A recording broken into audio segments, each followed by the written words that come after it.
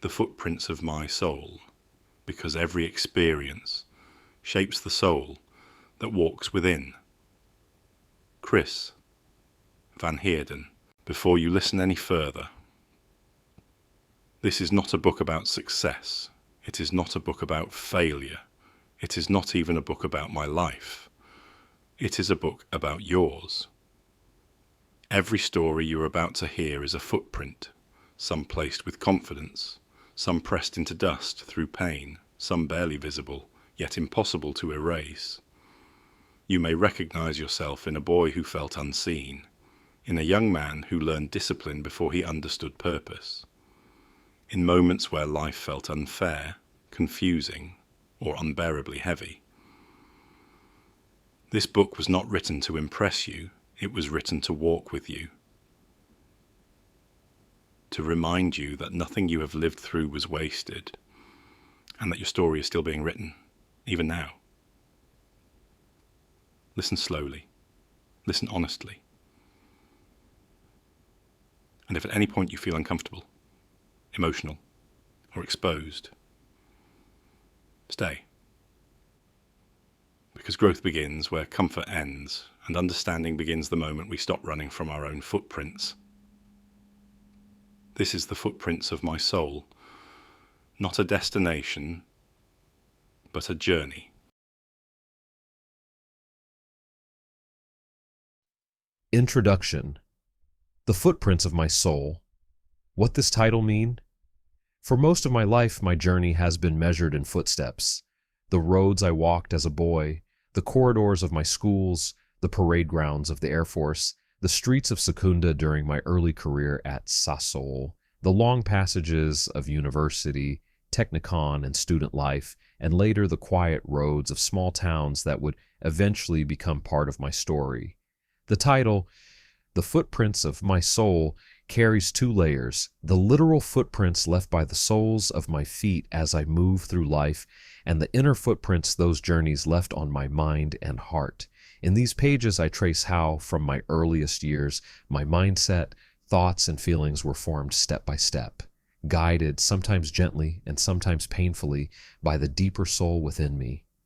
This book is that journey on paper, the night I finally asked, "Who am I?"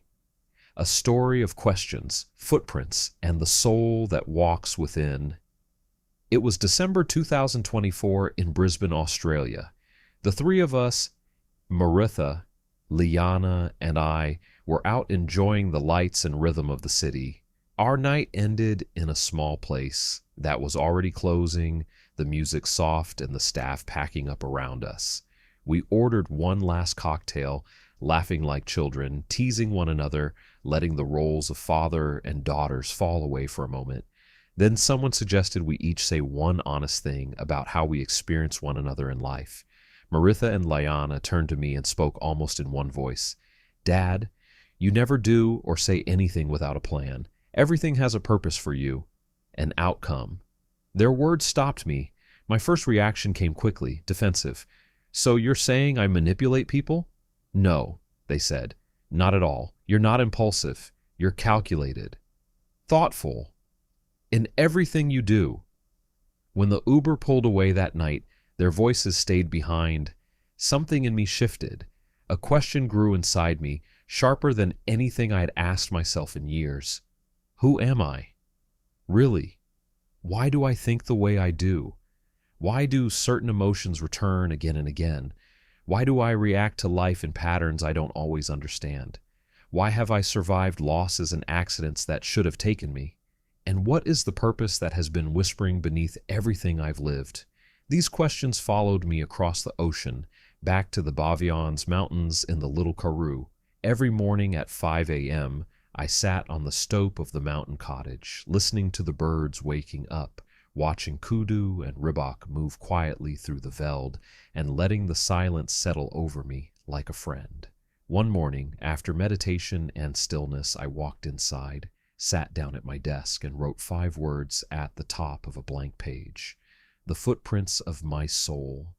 And the stories began uninvited, unstoppable, honest, stories I had carried for decades without understanding how deeply they had shaped me. This book began that morning, not as a project, but as a calling. Why this book needed to be written. People often ask me, why tell such personal stories? The answer is simple, because every person carries invisible stories that quietly shape their entire life, and very few ever discover where those stories began. We all think our reactions are just who we are, but most of them were formed long before we understood the world. A forgotten word, a silence, a misunderstanding, a moment of fear. These small events leave large footprints. This book is not a confession. It is a contribution, a gift. It is written for anyone who has ever wondered, why do I think like this? Why do certain feelings stay with me? Why do I repeat patterns that don't make sense? Why do I struggle with heaviness or restlessness I can't explain? Where did all of this begin? I wrote this book because understanding these footprints changed my life. I believe it can change yours too. The soul, the mindset, and the meaning we give to life. I will not reveal everything here. That comes later in the book. But to understand the journey, you need the map. The soul is the deep awareness you are born with, constant, steady, untouched by the storms of life. The mindset is the structure built on top of your early experiences, your thoughts, your beliefs, your emotions, and the silent meanings you create as a child. The soul does not change, but our mindset does, again and again. The journey of life is learning to close the distance between the two. The stories we write long before we can speak. A child does not understand life. A child interprets it. From those interpretations come beliefs. I must be perfect. I am not good enough. I must stay strong. I must please everyone. I shouldn't fail. I am responsible. These are not facts. They are childhood survival strategies, but they follow us to school, to relationships, into parenthood, business, marriage, and adulthood. They shape how we love, how we fear, how we trust, how we fight, and how we define ourselves. This book is the journey of how I traced my own stories back to their beginnings and how I learned to rewrite them. Purpose, the truth that waits beneath everything. For most of my life, I thought my purpose was to give, to fix, to help, to provide, to carry. It sounded noble, and many admired it, but deep inside, something never settled. Only later did I understand. Purpose is not what you give from your hands. Purpose is what you give from your heart, your presence, your truth, your courage, your story, your wisdom. This book is part of that giving. What you will find in these pages, the chapters that follow, are more than memories. They are footprints, moments from my childhood to the age of 28. That ice cream wasn't for me. The forest beyond the tracks, the summer of broken wheels, the quiet wounds, the small misunderstandings that built big beliefs, the people who shaped me, the early signs of purpose, the layers that hid my soul, and the breakthroughs that revealed it again. Together, these stories, and the many others woven through the book from the age of 6 until 28, reveal how the experiences of a boy slowly formed the man I would one day become. Each story carries a message, but I will not tell you the message up front. You will feel it as you walk with me. Later in the book, when we arrive at the theoretical chapters, you will begin to understand how thoughts and feelings truly develop, how the mindset takes shape, how the soul stays constant, how childhood stories become adult patterns, and how those stories can be rewritten. But that comes later. This introduction is not the lesson. It is the doorway. A final word before we begin.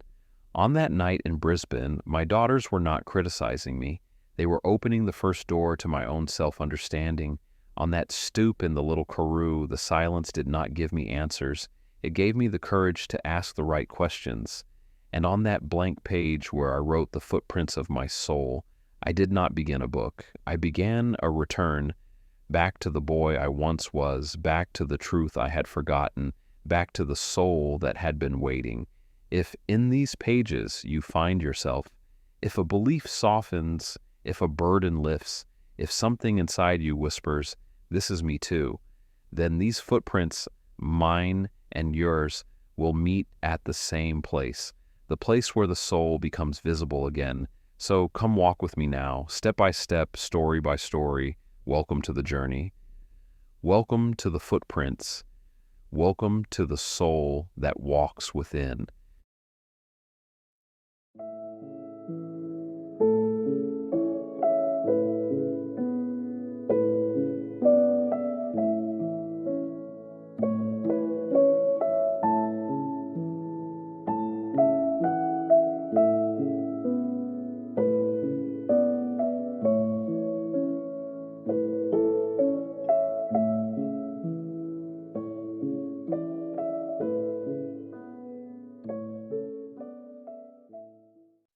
Chapter 1: Childhood and Primary School Introduction.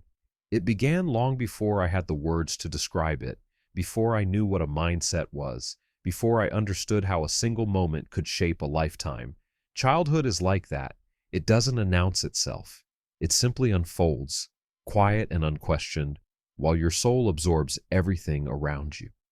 When I look back on those early years, East London, Cambridge, the Green Strip, the forest behind the railway tracks, I don't remember them in order. I remember them in feelings. The smell of Sunday sugar and polish at my grandparents' house. The heat of the high-veiled sun on my bare shoulders. The echo of a train whistle that seemed to call me into some larger world. The ache in my mother's voice when the phone rang that day. The dust of the veld on my shoes. The first small wounds. The first small victories. I didn't know it then, but those years were laying down the foundations of who I would become. They were planting beliefs, shaping thoughts, stitching feelings into the fabric of a young mind that was still trying to understand where it belonged. I was just a boy, shy and brave, eager and unsure, mischievous and serious, moving through days that seemed ordinary at the time. But every ordinary moment carried a footprint, a mark that would one day reveal itself in the choices I made, the risks I took, the fears I carried, and the freedom I refused to surrender. This chapter is not a collection of childhood memories. It is the story of how a soul begins. It is the story of a boy trying to make sense of the world around him through ice cream, misunderstandings, green strips of veld, stolen bicycles, first crushes, wrestling mats, pigeon lofts, friendship, loss, and the gentle voices of the adults who shaped him. These stories were not separate events. They were lessons, and together they formed the first footprints of my soul. That ice cream wasn't for me. A story about childhood, misunderstanding, and the healing power of understanding. It's Sunday afternoon in Smith Street, East London. The kind of golden afternoon where time moves slowly, and the world smells of burnt sugar, soap, and family. At Grandpa Eddie and Grandma Neely's house, Sunday was never just another day. It was an institution, almost a ritual. The house, with its proud red roof, stood in West Bank, surrounded by Neely's cherished rose bushes and a Cape jasmine tree on the front lawn, whose sweet perfume drifted through the air like a blessing. They had raised 7 children, 3 daughters and 4 sons, and on Sundays all 7 returned to that small house with a heart too big for its walls. From the elevated veranda, you could sit and watch the sea beyond the railway lines, where fishermen stood on the rocks, casting their lines into the surf. Beneath the house, once used as a hospital in the early 1900s, lay a hidden cellar, a quiet secret beneath the laughter and life above. Those Sundays were full of everything that makes family what it is: noise, teasing, smells of roasting meat and starch, and the low hum of people who knew one another's stories by heart. The house always seemed to breathe with us, sighing when the door opened, chuckling when cousins chased each other through the hallways, and falling into contented silence after the last slice of pudding was eaten. I was 6 years old, small enough to crawl under the table, old enough to sense that there was something magical about that house. It was alive, buzzing with voices, laughter, and the aroma of food that never seemed to end. In the kitchen, my mother, aunts, and grandmother moved in a dance of pots, plates, and stories.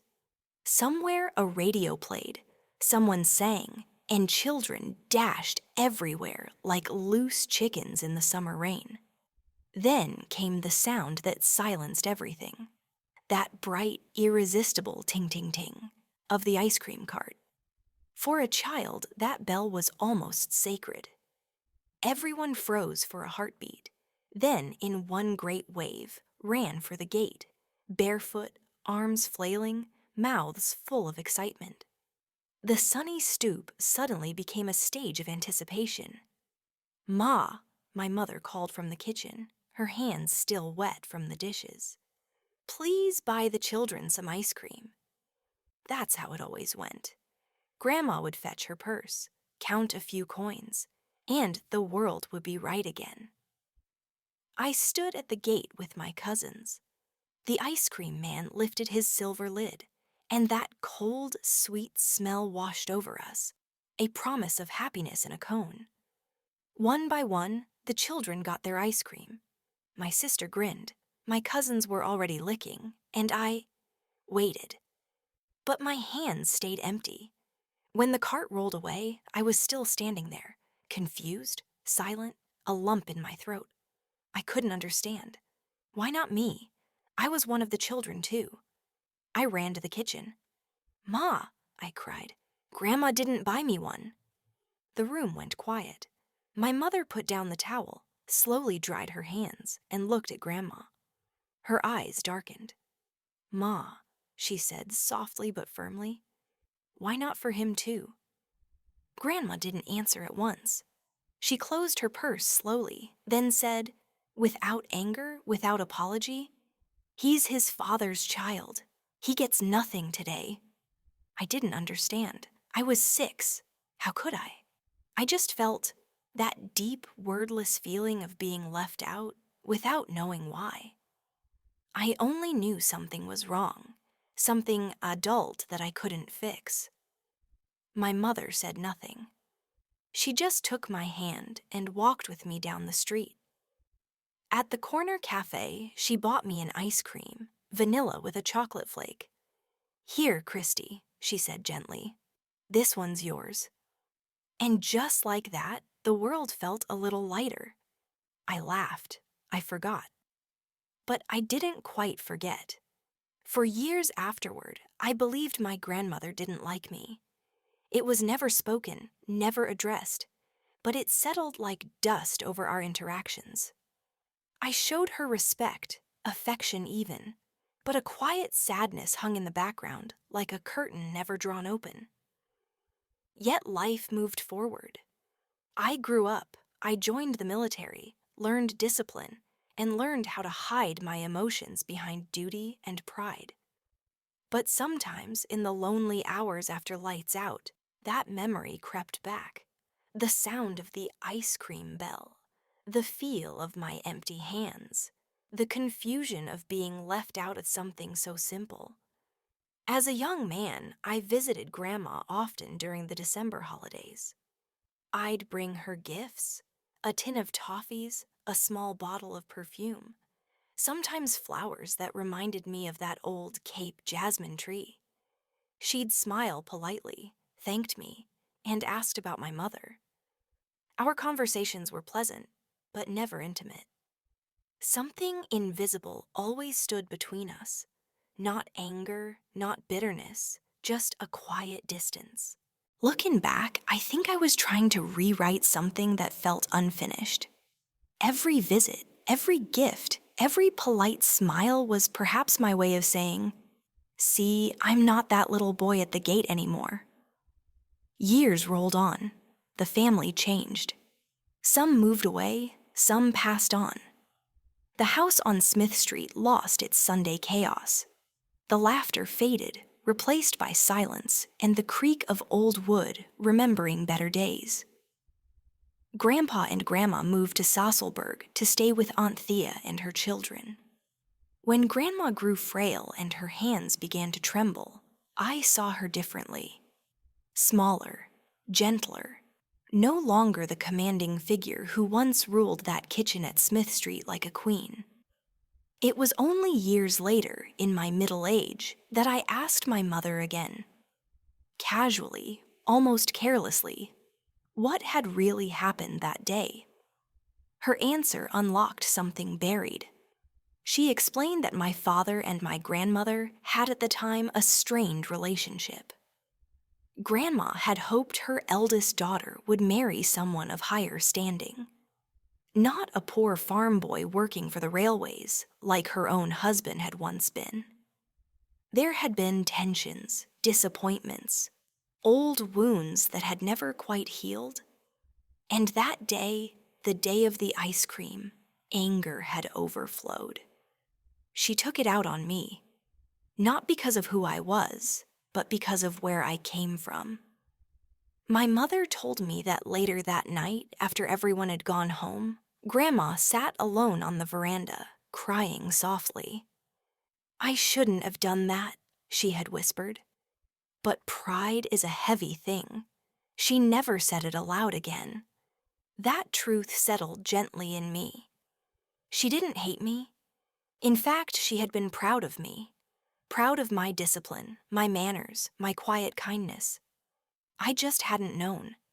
The story I had lived with, my story, was not the real one. It was a child's truth, built from hurt and misunderstanding. As I sat with that revelation, I found myself thinking about how many of our childhood stories are written that way, through the eyes of innocence, before we know how complicated adults can be. We grow up believing we were unloved, unwanted, or unfairly treated, when often the truth is far more human. People lash out because they are hurt themselves. Years later, when I stood at her grave, I didn't cry. I felt peace. I could almost smell that Cape jasmine again, drifting on the air like forgiveness. I remembered her laughter, her sharp tongue, the way she could feed an army with nothing but leftovers. And in that moment, I understood. She was part of me, just as I was part of her. That day, I finally forgave her. And perhaps, somewhere beyond the veil of years and memory, she forgave herself too. Reflection. The stories we tell ourselves. When I look back at the story that ice cream wasn't for me, I no longer see a tale about a boy who didn't get ice cream. I see the beginning of a belief, a story my 6-year-old mind wrote to make sense of something I could not understand. In that small moment of confusion and hurt, I decided, without words, without logic, that I was somehow less loved, not good enough, different. That story became part of me, quietly shaping the way I saw myself and others for many years. As children, we experience life without the tools to interpret it accurately. When something painful happens, a parent's silence, a teacher's harsh tone, a friend's rejection, we don't see circumstances, we see ourselves as the cause. Our subconscious minds protect us by inventing stories that explain the pain. I'm not wanted, I'm not worthy, or I must be perfect to be loved. These stories are not lies, they are emotional survival mechanisms. But as we grow older, they can become the invisible fences around our hearts. In the story, that Sunday afternoon on Smith Street became more than just a childhood event. It became a symbol of exclusion and confusion that followed me through life. The sound of the ice cream bell turned into an echo of not belonging. And like so many of us, I carried that echo into adulthood, unconsciously recreating it in different forms, working hard to prove myself, keeping emotions locked behind discipline, or hesitating to trust love completely. Yet, the beauty of life is that awareness brings healing. When I finally learned the truth that my grandmother's act had been driven not by rejection, but by her own hurt and pride, I saw how my mind had built a story to protect a 6-year-old heart. The adult in me could finally rewrite that story. I was always worthy of love. The ice cream was never about me. The power of rewriting our stories. Psychologists often call this process reframing, but for me it feels more like redemption. We cannot change the past, but we can change the meaning we attach to it. When we consciously revisit those early stories with understanding and compassion, we loosen their grip on our present. Rewriting doesn't mean pretending the pain never happened, it means seeing it through adult eyes. We begin to recognize that others' actions often come from their own wounds, fears, or limitation, not from our lack of worth. This understanding opens the door to forgiveness, not only for others but for ourselves. Every person carries such stories. They whisper beneath our thoughts, influencing how we love, parent, work, and dream. But they can be rewritten. We do this by pausing when we feel triggered and asking, what story am I telling myself right now? Is it true? Could there be another explanation? Each time we ask these questions, we reclaim a little piece of our freedom. Finding peace. Through responsibility for me, midlife became a turning point. I realized that I am responsible for all my actions and my inner world, not for what others did to me, but for how I choose to interpret it now. Taking that responsibility brought an unexpected sense of peace. I no longer needed to blame or justify. I could simply understand. That 6-year-old boy at the gate is still part of me, but he no longer stands there waiting for someone else to hand him happiness. He holds his own cone now, smiling at the world that once felt too big and unfair. When we rewrite our stories, we don't erase our past. We redeem it. We turn misunderstanding into wisdom, pain into empathy, and rejection into compassion. That is how healing happens. Not in grand revelations, but in quiet moments of clarity when we finally see that the stories we made as children no longer serve the people we have become. Childhood rarely gives you time to make sense of things. One memory fades, another arrives, and life moves forward as if nothing happened. I didn't yet know the story I had created inside myself, only that the world felt a little more confusing. Soon a new world would open behind the railway tracks.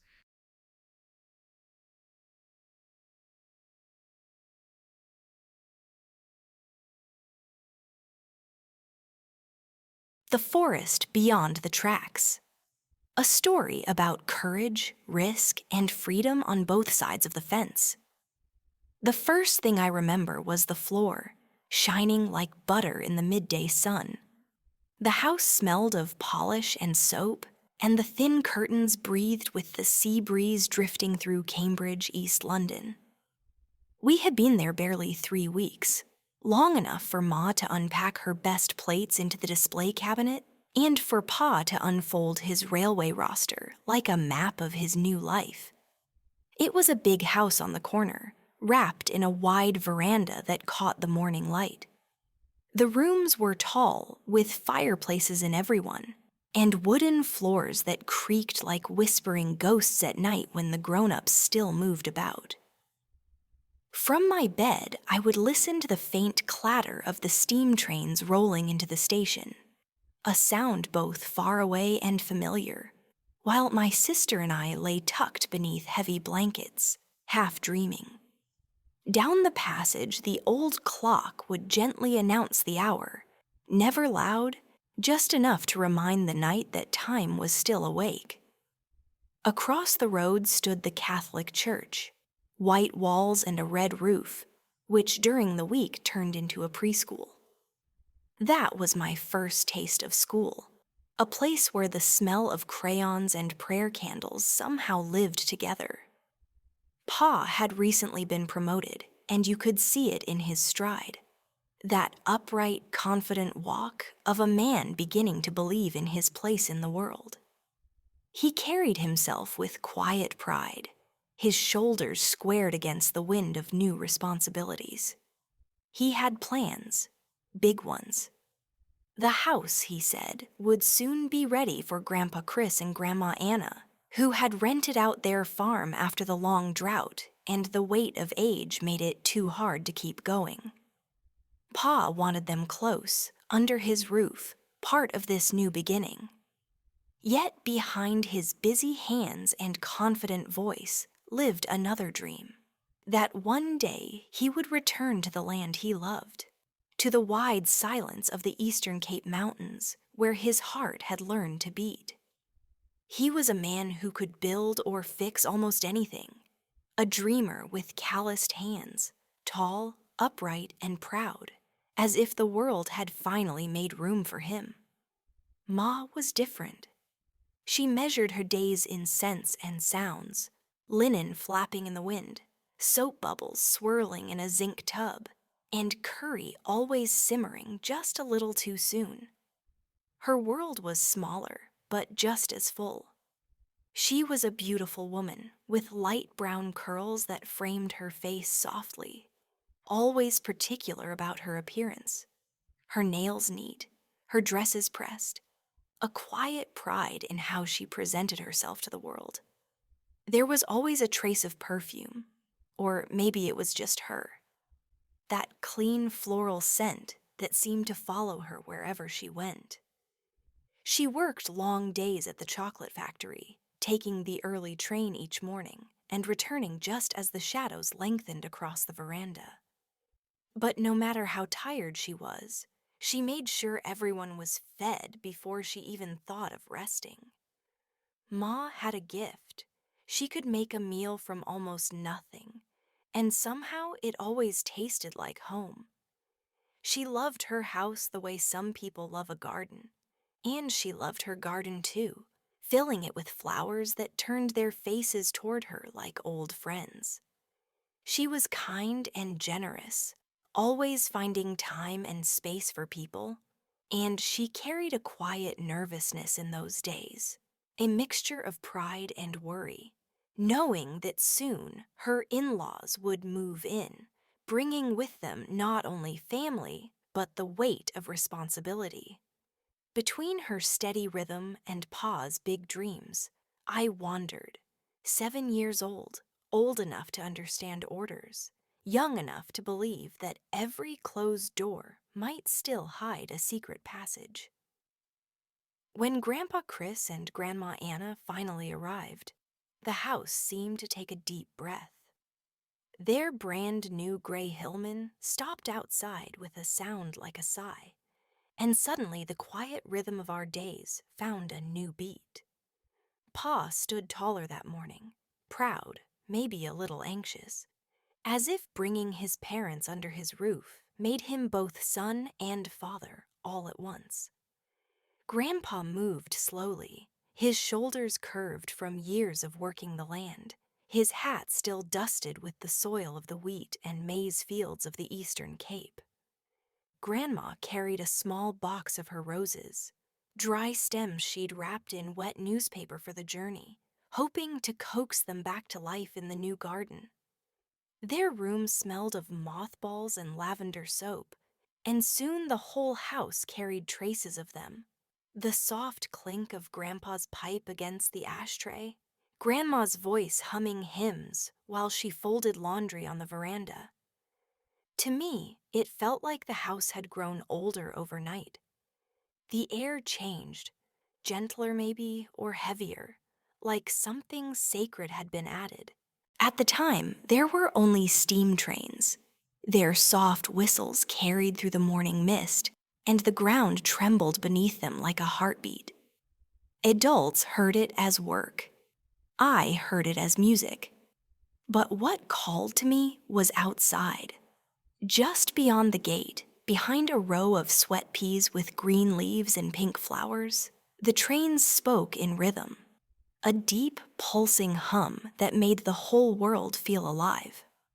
Across the street, beyond the tracks, stood the railway cottages, small, sun-bleached homes with stoops where enamel teapots steamed and men in overalls sat smoking after their shifts.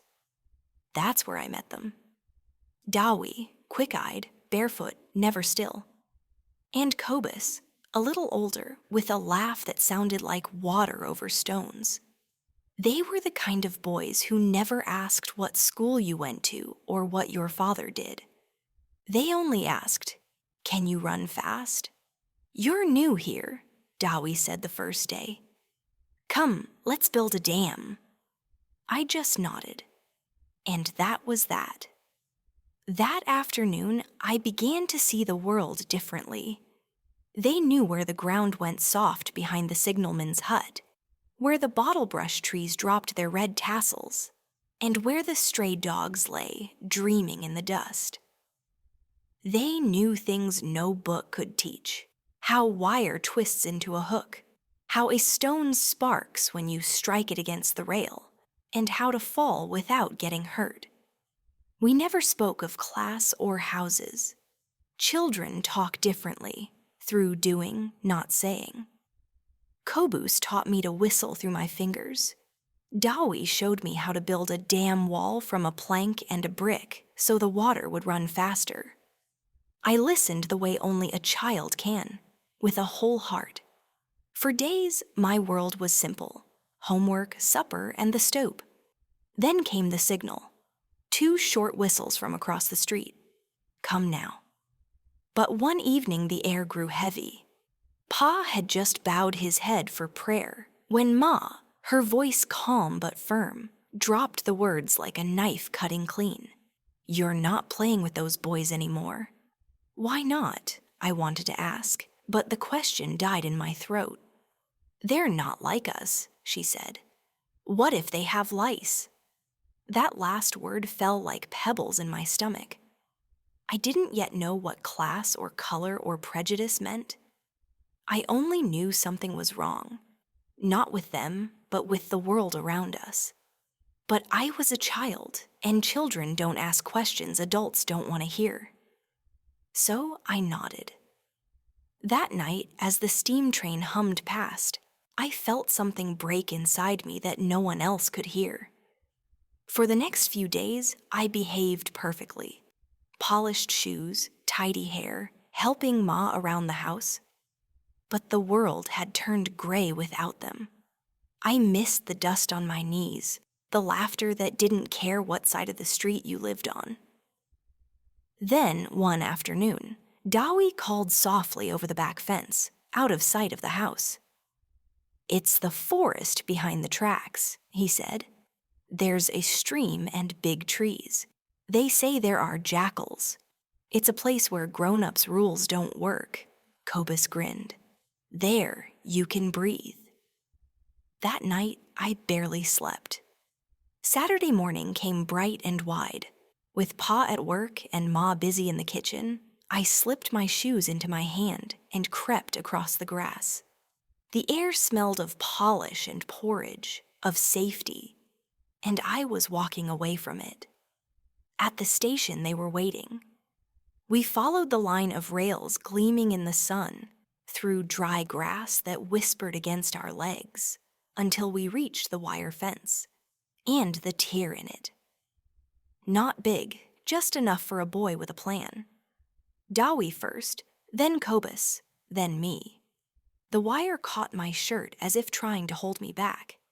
And then, on the other side, I forgot to breathe. It's hard to describe the sound of silence. The ground was cool, the air full of birds, the light filtering through the trees in golden shards. The scent of eucalyptus and damp earth wrapped around us. Time loosened its hold. There wasn't a train to be heard, only the murmur of water over stones and the faint click of beetles in the shade. We ran and shouted and laughed, the kind of laughter that starts in your chest and spills out like sunlight. We built bridges from fallen branches, waded barefoot in the stream, and lay on our backs watching the sky between the leaves. For a few hours, we were part of something that had no fences, no rules, and no names. Kobus tossed a stone into the river and said, "This is where I'll live when I'm grown, near water, far from rules." That day, I learned what freedom really meant, not running away, but being exactly where you wanted to be, unseen and unjudged. But the sun moves fast when you don't watch it. By the time its light began to turn soft, I knew I was late. I ran home, heart thudding harder than any train. At the gate, Pa was waiting. Not angry, worse than angry, disappointed. That kind of silence that lands heavier than a shout. He only said, "To your room." The belt was short. The silence that followed was long. I didn't cry for the blows, but for what I'd found and lost, a piece of freedom too beautiful to keep. After that, the rules were clear. No crossing the street, no friends from that side. But a boy with a plan doesn't give up easily. A week later, after days of perfect behavior, "Yes, Pa. Yes, Ma." I spoke softly over supper. "What if they come play here, in our yard? Then it's safe." Ma rested her hands on the table, glanced at Pa, then said quietly, "Then I'll wash their hair myself." And so they came, shy, dusty-footed, stopping at the gate. Ma walked out with a zinc basin of steaming water. "Heads forward," she said. The sunlight soap sang in her hands. She rinsed with a jug, looking deep into their hair, not for lice, but for truth. That day she washed more than hair. She washed a bridge clean. After that, we played every afternoon in the yard. Cricket with a broomstick and a cracked ball, camping between the sweat pea shrubs, dreaming of forests and freedom. Pa would peek over his newspaper, and if the ball rolled his way, he'd kick it back with a foot that still remembered what it felt like to be a child. And I began to understand. Freedom doesn't always lie beyond the fence. Sometimes it's found in how you look at those within it. Reflection. Freedom begins the moment we dare to cross the fences within ourselves. Each story in life leaves footprints, some small and fading, others that shape the way we walk forever. The forest beyond the tracks is more than a memory of childhood adventure. It is a reminder that freedom, courage, and respect are learned early, often in moments when we dare to cross the boundaries set before us. When I look back on that day, the day I crawled through the fence and found the forest, I realize it wasn't just a childhood adventure. It was a lesson that would take me years to understand. As children, we all stand before fences. Some are made of wire, some of fear, some of rules we don't yet understand. On one side lies what is safe and familiar, the world our parents build for us. On the other side lies what is unknown, the forest, the river, the place where we start to discover who we really are. Crossing that fence wasn't about rebellion, it was about curiosity, the deep human desire to explore, to see, to feel alive. That is how children grow into themselves. Every scraped knee and every mistake teaches courage. Every forbidden place teaches perspective. But what I learned later in life was that true freedom doesn't come from escaping fences. It comes from understanding them. My parents' rules weren't meant to confine me. They were there to protect me until I was ready to make my own choices. My friends taught me that freedom is also found in connection, in seeing the world through someone else's eyes, in learning that respect runs deeper than difference. That day, my mother washed more than hair. She washed away judgment. She showed me that love and understanding are not limited to our own side of the fence. And my father, with all his quiet pride, reminded me that even when life disciplines you, it's not to break you, it's to shape you. As adults, we still face fences between dreams and duties, between what is safe and what is possible. The challenge is not to stay trapped behind them, nor to destroy them, but to walk with wisdom, knowing when to cross, when to wait, and when to simply look through and understand what lies beyond. Real freedom is not about escaping boundaries, it's about moving through life with courage, curiosity, and respect. It's about learning that the forest and the home are both teachers. One teaches you to fly, the other reminds you where you belong. Don't become a victim of the fences around you, and don't get tangled in the maze of life. Take the risk to explore. Learn, fall, get up, and keep crossing, not to escape, but to grow. Because freedom isn't only found beyond the fence, it's also waiting quietly within it. A boy discovers the pull of the open spaces beyond the railway line, learns to cross boundaries with respect, and begins to understand that freedom needs responsibility. Crossing those reeds taught me that freedom always waits on the other side of fear. But life also reminded me that not every fence is made of wood or wire. Some fences rise in our hearts. Mine began to shift the day Amanda spoke.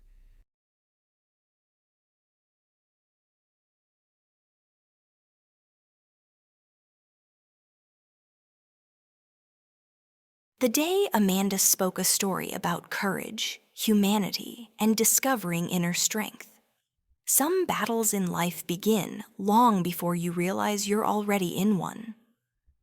Mine began quietly, without warning, the day we left East London. It was December 1965, and the house in Cambridge already smelled of farewell. Creaking wooden floors, curtains swaying softly in the sea breeze, and my mother's quiet sigh each time she closed a drawer. My father's railway uniform hung on the back of a chair, beside a brown leather case. Jumbo, our old dog, lay uneasily on the stoep as if he knew something big was coming. Even the cat had an attitude, offended by change. The decision to leave had started months earlier on my grandfather's farm, Unidal, during a Sunday family gathering. My uncle Dirk, an engineer working on the new refinery project in Sasselberg, had convinced my father to leave the railways and join Sasol. More money, more opportunities, he said. My father listened carefully, and something in his eyes shifted that day. The look of a man who suddenly saw a new horizon. Soon the plans began to take shape. My father's interview went well, and he was offered a position as a process operator at the refinery. We were too young to understand what was happening. Only that cupboards stood empty, boxes filled the hallway, and a big truck would soon come to take away our furniture. My heart ached. The friends I loved would stay behind, and the big old house that had held all our laughter would soon belong to someone else. Arrangements were made for my grandparents to return to the farm and later join us in Sasselberg once we were settled. My father saw it as a new beginning, a way to earn more money and one day fulfill his dream of farming, the life he truly loved. My mother, though, was anxious. She was born in East London. Her roots ran deep in that coastal soil. Leaving meant saying goodbye not only to her family, but to the safety of everything she knew. Still, she wanted my father to live his dream and make a success of life. My grandmother Neely, ever the optimist, was delighted. Perhaps, she thought, her daughter's husband would finally move up in life. Something better than the railways. Something that sounded like progress. Outside, the blue Volkswagen Beetle waited, packed to the brim with suitcases, boxes, food baskets, and the unspoken tension of my father's decision. We were heading for Sasselberg, a town I had never seen, with a name that felt strange on my tongue. Pa called it an opportunity. I called it the unknown. The road was long, kilometers of change. The landscape shifted slowly from the salt and sea air of the coast to red dust and endless maize fields. The wind turned warm and dry, carrying the faint metallic scent of industry. By sunset, we stopped. Factory towers rose like silent giants in the distance, their smoke curling slowly into the pale, high-veiled sky. The ground was red, dry, and raw. That's where I learned that some places don't wait for you. You have to press your own roots into them. It was late on a Sunday afternoon when we finally arrived at number 48 Jan Smuts Street. We were exhausted from the long journey. In front of us stood a small 2-bedroom prefab house. No grass, no tar road, only sand and silence. My mother began to cry. My father placed his hand gently on her shoulder and promised that it was only temporary, that he would apply for a bigger house closer to the school and the shops as soon as possible. She nodded through her tears, and then, as only she could, gathered herself. Within hours, she was unpacking boxes, hanging curtains, and trying to make this unfamiliar place feel like home. It was her way to take charge, to soften what life delivered, and to make the best of what we had. The very next day, my father went to the company and explained that my grandparents would soon be joining us, and that we needed a bigger place to stay. They agreed, but it would take time.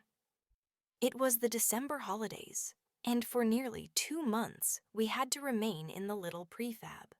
2 long, dusty months filled with windstorms that rattled the thin walls and left a fine red layer of sand on everything we owned. But eventually, news came. A new house had been found for us in McIntyre Street, close to the school, the shops, and even a small park shaded by tall poplar trees. It wasn't our house in East London, but it was solid, friendly, and full of promise, a place we could make our own. When school started, I enrolled at A.J. Jacobs Primary. The playground was a world of its own. New faces, new rules, and a hierarchy I didn't understand. I liked my teacher, Mrs. Minnie, from the start. She had a voice that wrapped around you like a warm blanket on a winter morning. But it didn't take her long to notice something was wrong. After 2 weeks, she called my parents aside. "He can't see well," she said softly. "He writes words wrong, guesses letters." A few days later, I sat nervously on a chair in Dr. Atkinson's office, my feet not yet touching the floor. He held lens after lens before my eyes. "Better or worse?" he asked again and again. With each click, the world sharpened. Colors I'd never truly seen before, edges that suddenly existed. When he was done, he handed me a pair of glasses, thick black plastic frames. "Unbreakable," he said. The next morning, I walked to school wearing my new glasses. The world was clear, but my heart was heavy. I could finally see everything, and everyone could see me. The teasing started almost at once. "4 eyes," they chanted, turning it into a playground song. At first I laughed along, though it stung. But children can smell weakness like rain before a storm. The laughter turned to shoves, the shoves to blows. Every break I tried to disappear, hiding behind walls or pretending to tie my shoelaces until the bell rang. I began walking slower to school, head down, hoping that being unseen might mean being safe. Then one morning, everything changed. I was halfway to school when I heard a voice cut through the air like a whip. "Hey," I turned. Amanda Kyler. Bigger, stronger, eyes that never looked away. Everyone knew her, for her temper, her courage, and her right hook. "How many times are you going to fight and lose?" she asked. Her tone wasn't cruel, just matter of fact. "You can't keep letting them treat you like that." I swallowed hard, unsure what to say. She tilted her head slightly. "Let's make a deal," she said. "You carry my school bag every day, there and back. And in return, you stay safe. None of them touches you, understand?" I nodded. That first day, her bag felt as heavy as a brick of books. I slung it over my shoulder and tried to walk upright. Amanda didn't speak much. She just walked, fast, determined, and I had to keep up. At the gate stood the usual group of boys, ready for their daily sport, teasing the boy with glasses. But when they saw Amanda, they froze. She looked at them once, without a word. And like water parting before a boat, they cleared a path. That day, I walked through the school gates without fear. Amanda kept her promise. Wherever she walked, I found peace. One day, she even slapped a boy who whispered something under his breath. The crack echoed down the corridor, and silence followed her like respect. After that, no one tried anything again. My world became smaller, safer, quieter. But deep down, I knew it couldn't last forever. Amanda was older, she'd soon move on. And I would still be me, the boy with the glasses. That thought sat heavy in my chest. I realized that if I wanted to keep my peace, I'd have to earn it myself. One afternoon at the sports club, I passed one of the halls and heard a strange rhythm. The slap of feet on mats, the thud of falling bodies, the sharp calls of men learning control. A handwritten sign hung at the door. Wrestling Club, Beginner's Welcome. I stood there for a while, watching. A man with a white mustache and arms like cables spotted me. "Want to learn to fight, son?" he asked. I nodded. He smiled. "Then first, you learn how to fall." And that's where it began. Tuesdays and Thursdays I trained. I learned to breathe through pain, to understand that balance beats brute force. The mat became my new playground, a place where I could fall without feeling defeated. I didn't tell Amanda. I wanted her to see it one day. 2 years passed, and Amanda had left for high school. Then, one morning, she waited for me at the gate. She looked at me for a long moment. "You're ready now," she said softly. "You don't need me anymore." She was right. The teasing never returned. Maybe it was fear. Maybe it was the way I stood now. Upright, calm, certain. If anyone whispered 4 eyes, I simply smiled. It took me years to understand, but that smile was my victory. Reflection. True courage is born in silence, not in noise. Life begins teaching us long before we realize we're learning. At the time, I was just a boy with new glasses, standing uncertain in a world that seemed to have turned against me. I thought the story was about bullying, about the pain of being different. But looking back, I see that it was never only about that. It was about the quiet lessons life hides inside struggle. Amanda didn't save me. She showed me what courage looks like. She stood in a space I couldn't yet stand in myself, and by doing so, she gave me time to grow into it. The day she spoke, something shifted inside me. A seed of self-respect was planted. It would take years before I understood what it truly meant, but that moment began a journey from fear to strength. The wrestling mat later became my classroom. There I learned that falling is not failure. It's part of learning balance. I learned to breathe through pain, to rise after being pushed down, and to keep standing even when no one is watching. This story reminds me, and perhaps all of us, that life doesn't stop testing us when we're young. It starts shaping us early, often through moments that seem unfair or hard. But each challenge carries a hidden invitation to stop being a victim, to stop blaming others or the environment, and to begin taking responsibility for who we choose to become. In the end, courage isn't loud. It's not the punch or the shout. It's the quiet decision to stand a little taller each day, even when fear whispers otherwise. Courage comes in strange forms, sometimes in the voice of a girl who walks beside you for only a short season of your life. But courage doesn't stop life from delivering its own unexpected blows.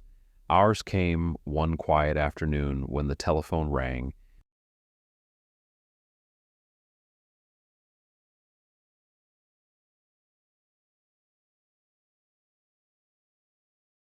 The day the telephone rang a story about love, loss, and the silence that follows. It was Kyalami weekend, my father's great Formula One day in Johannesburg. Once a year, he and his friends would make the long trip to see the F1 cars roar around the track. It was his time, a day of noise, speed, and friendship. That same weekend, back home in McIntyre Street, our house was a hive of excitement for a different reason. My grandparents, Upa Chris and Uma Anna, were moving in with us from the farm. I could hardly wait. My Upa was my hero, my role model, the person who made the world feel safe and full of wonder. I missed everything about him. his soft chuckle when he told a story, the way he peeled an apple so that the skin came off in one long curling ribbon, and the sweet smell of his pipe tobacco that clung to his checkered jacket. When he was around, there was always calm. He listened when nobody else had time. He had patience that stretched like the Karoo horizon, wide, endless, and steady. That Friday night, I couldn't sleep. I imagined their gray hillman leaving the gravel road behind the farm and heading toward town. I pictured Uma with her handbag on her lap and Upa's hat tilted just so on his head. The thought that they would soon be living with us filled me with happiness I could not contain. The day everything changed. Saturday dawned bright and ordinary, a high-veld morning of clear skies and soft wind. My father was already gone, his overnight bag packed neatly the night before. He had left early with his friends, laughing as they loaded the car. I could still hear the echo of the engine as they disappeared down the road. By mid-morning, my mother and I were busy in the house. She was preparing the spare room for Upa and Uma. Clean sheets, a vase of flowers, their favorite old quilt. I remember the smell of polish, sunlight streaming through the curtains, and the faint hum of the refrigerator. Everything felt right. Then the telephone rang. It was the old cream-colored one that hung on the wall near the kitchen, the kind that seemed to echo through the whole house when it rang. I was sitting on the floor, playing with my toy soldiers. My mother wiped her hands on her apron and answered, her voice cheerful at first. Then silence. I can still hear that silence. It was heavy, unnatural, the kind that freezes a house mid-breath. Her voice, when it came again, sounded strange, small, broken. She said only a few words before the phone slipped from her hand. I watched it dangle on its cord as she sank to her knees on the cold kitchen tiles. Her shoulders shook as she pressed her hands to her face. I didn't understand what had been said. I only knew that something terrible had happened. The call from Reddersburg later, I would learn that there had been an accident just outside of Reddersburg, a head-on collision at a crossroads. My grandmother had died instantly. My grandfather had been taken to hospital but didn't make it. That was the message that came through the crackling line from the police station. For a while, everything became blurry. My mother sat there, rocking slightly, whispering the same words over and over, as if repeating them would somehow undo them. I stood frozen beside her, clutching one of my toy soldiers in my fist so tightly that the edges dug into my palm.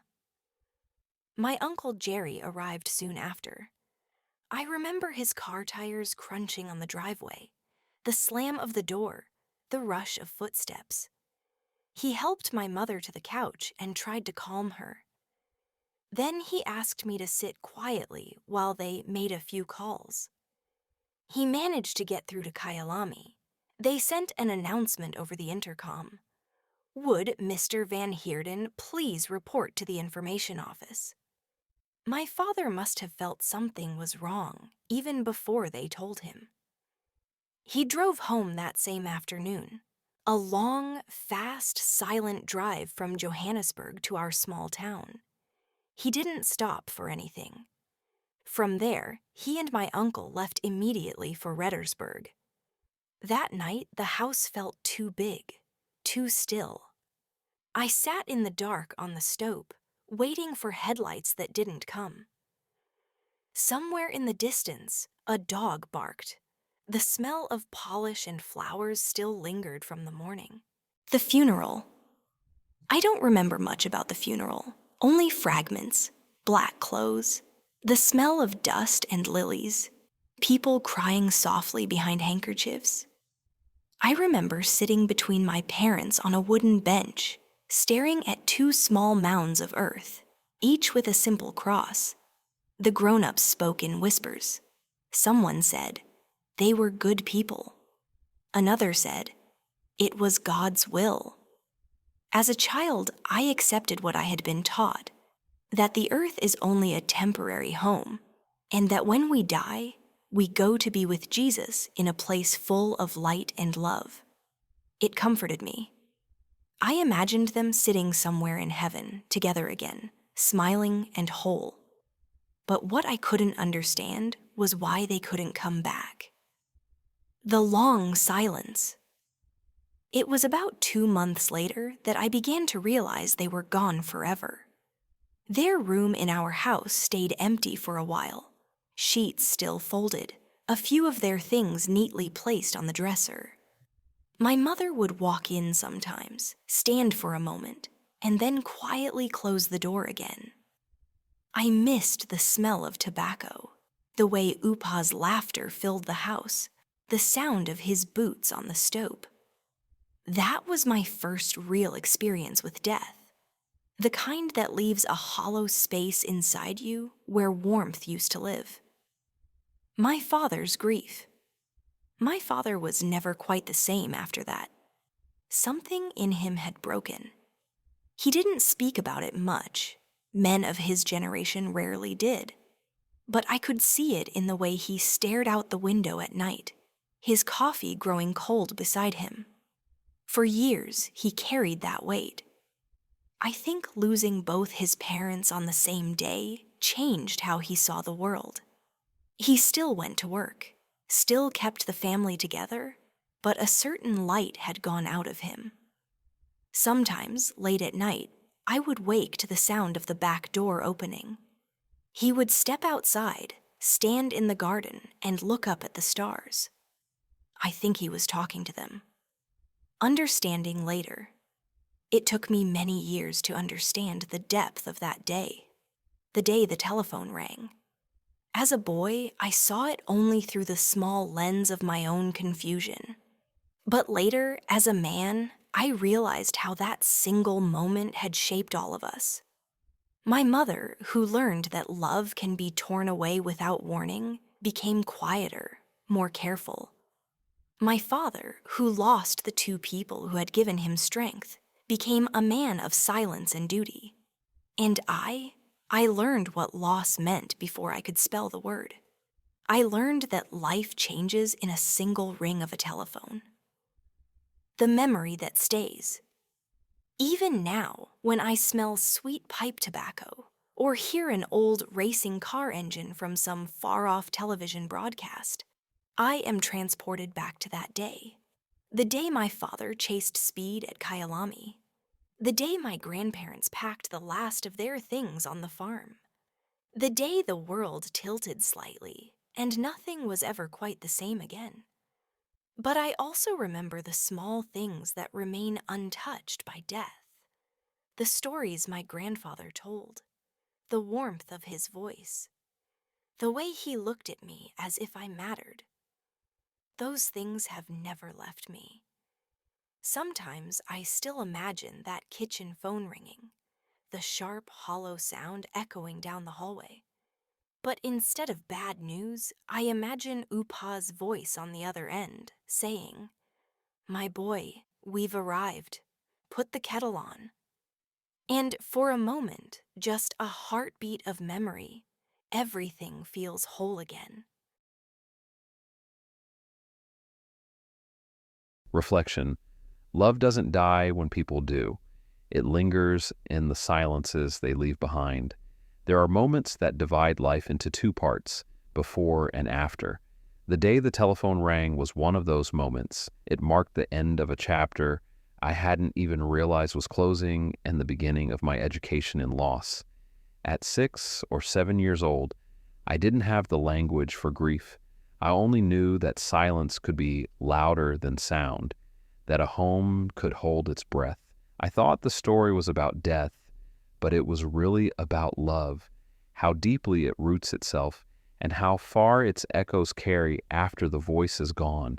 My grandfather's patience, my grandmother's warmth, the scent of pipe tobacco and furniture polish, All those details became the way love survived.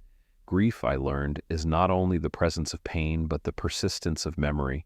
It teaches us what truly mattered by showing us what can never be replaced. As I grew older, I began to see that loss doesn't just take away, it reshapes. It humbles the strong, softens the proud, and deepens the hearts of those who choose to keep living. My father's silence became a kind of prayer, my mother's gentleness a quiet act of endurance, and for me, that ringing telephone became a reminder that life can change without warning, and that we must love while we can. Years later, when I speak to others about healing, I return to that sound, that single ring. It no longer carries fear. It reminds me that even endings can teach us to listen, to cherish, and to begin again. Because though the call brought loss, it also gave me the lifelong understanding that love, once spoken, never truly hangs up. Loss has a way of changing the shape of a home.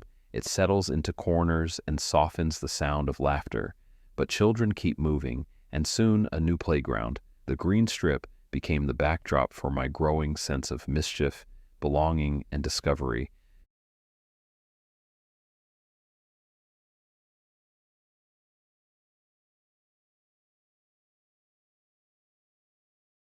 The Green Strip Behind the House. A story about freedom, friendship, and the mischief that shaped a boyhood.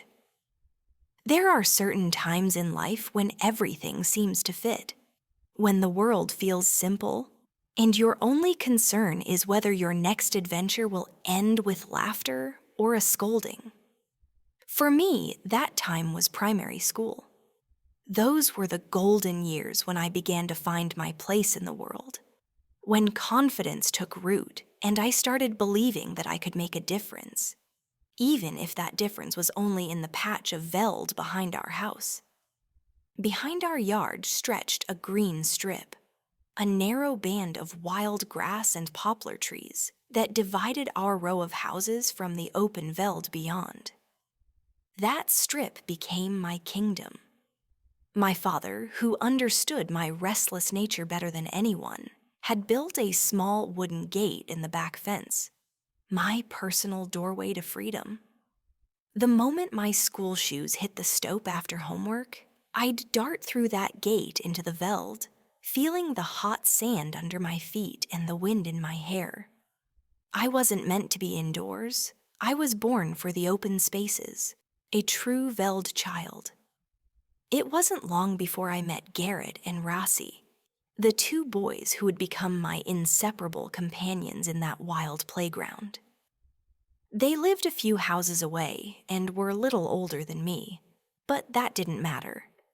Rossi was the adventurous one, a born explorer with a mind full of ideas that often led us into trouble. He had a face full of freckles, a mischievous grin, and eyes that could light up like a storm when a plan formed in his head. Garrett, on the other hand, was cautious, always warning us that one day we're going to get into big trouble. He was his mother's pride, tidy, obedient, and forever trying to talk us out of the kind of games that usually ended with bruises or lectures.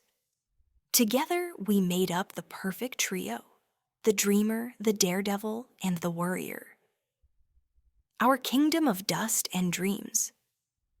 The green strip became our unofficial sports field, military base, and secret headquarters. We cleared a section of red sand to build our own athletics pit, half long jump, half high jump, depending on our mood. My father even gave us an old mattress for a landing mat. We scavenged for reeds and branches to build our poles and bars, carefully tying them together with pieces of old rope and wire. The red sand was soft and forgiving, perfect for barefoot leaps that ended in clouds of dust and laughter.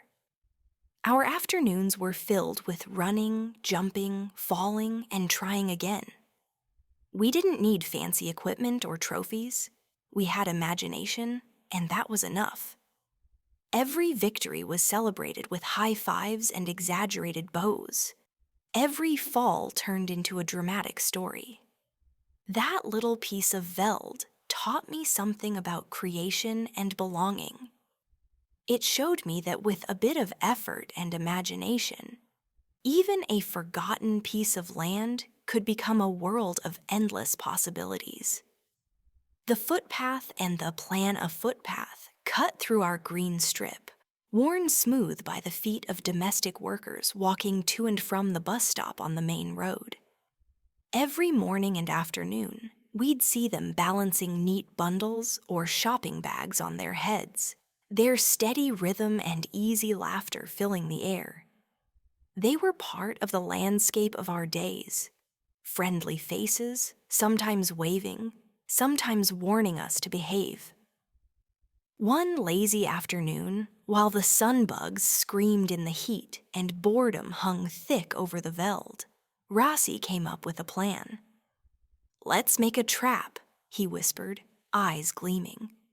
"A trap?" I repeated, instantly interested. "Yeah, man, a proper slagget right in the middle of the footpath. We'll cover it up, and when someone steps on it—" He couldn't finish. The two of us were already laughing. Garrett, of course, shook his head. "You're both going to get us into serious trouble one of these days," he warned.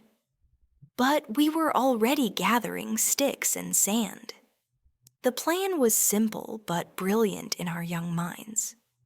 We dug a hole deep enough to swallow a foot, then carefully placed thin twigs across the top, covered them with newspaper, and sprinkled red sand until it blended perfectly with the path. To make it look real, we pushed our bicycles across it to leave tracks. Our version of camouflage. Near the trap stood a tall blue gum tree, its branches like welcoming arms. We climbed up high, hearts pounding, and waited for our first victim. The fall, the sun dipped low, turning the veld golden. Soon we heard the soft rhythm of footsteps and the swish of a skirt brushing through the grass. Down the path came a woman we recognized, one of the workers from a nearby house, balancing a perfectly folded bundle on her head. She was humming, unaware of the two devils hiding above her. Time seemed to slow. One step, then another. And then it happened. Her right foot broke through the paper, and with a sharp cry, she stumbled forward, arms flailing, the bundle tumbling to the ground in a puff of dust. What followed was a burst of words in a language we didn't understand. But the tone was universal. She was furious. Rossi and I froze. We didn't dare move, barely breathing. My heart hammered in my chest. I swallowed hard, trying to keep my giggles inside. From below, we could hear her brushing red dust off her skirt, muttering and hissing through her teeth. Then she balanced the bundle back on her head, still scolding under her breath, and marched off down the path. When she disappeared from sight, we exploded with laughter, clutching the tree branches, nearly falling out from the shaking. Tears rolled down our cheeks. It was the funniest thing we had ever seen. But as the laughter faded, a strange silence settled. Even Rossi looked uneasy. "We can't do that again," he said. If anyone saw us, Kobus would have said the same, but he wasn't there, and that made us realize how close we had come to real trouble. The game had gone too far. Still, mischief was in our blood, and it wouldn't be long before another idea brewed. The stalking snake. A few days later, while my mother was out shopping, I slipped into her room and stole one of her stockings. A long beige nylon one that looked like snakeskin to my imagination. Rossi met me at our usual spot, and when I showed it to him, his grin stretched wide. "Perfect," he said. We filled the stocking with red sand, tied it at both ends, and dragged it through the veld. It looked alarmingly real, like a puff adder ready to strike. Using a piece of fishing line, we connected it to our hiding place, a shallow pit we had dug near a cluster of reeds beside the path. From there, we could pull the line and make the snake slither slowly across the path whenever someone passed. It worked better than we could have dreamed. The first victim, a man carrying a small parcel, froze mid-step as the snake slid out from the grass. He leapt backward with a shout that sent the birds flying from the trees, then ran down the path faster than a spring hare. We rolled on the ground, unable to breathe from laughing.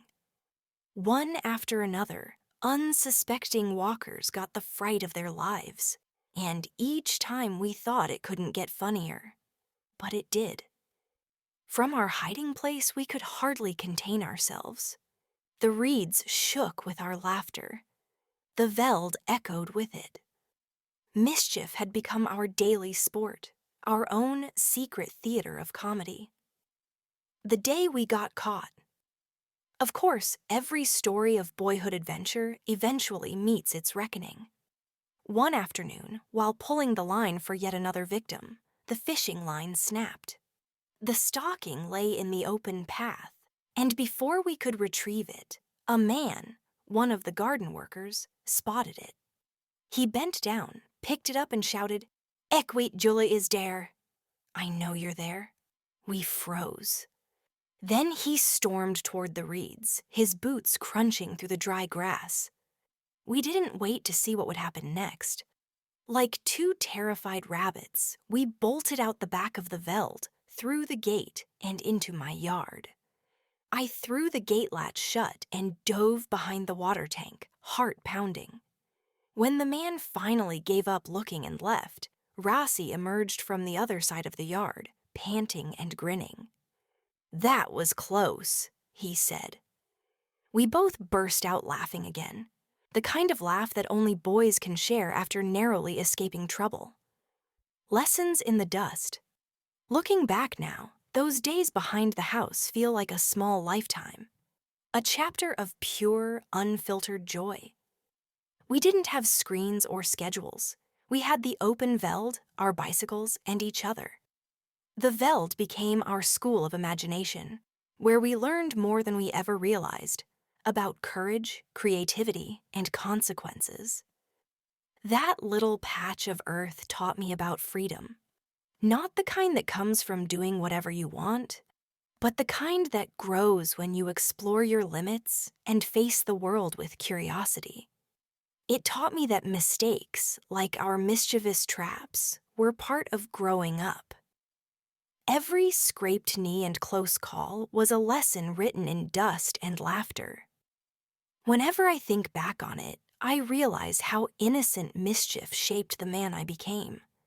It taught me to take risks, to think creatively, to find adventure in ordinary places.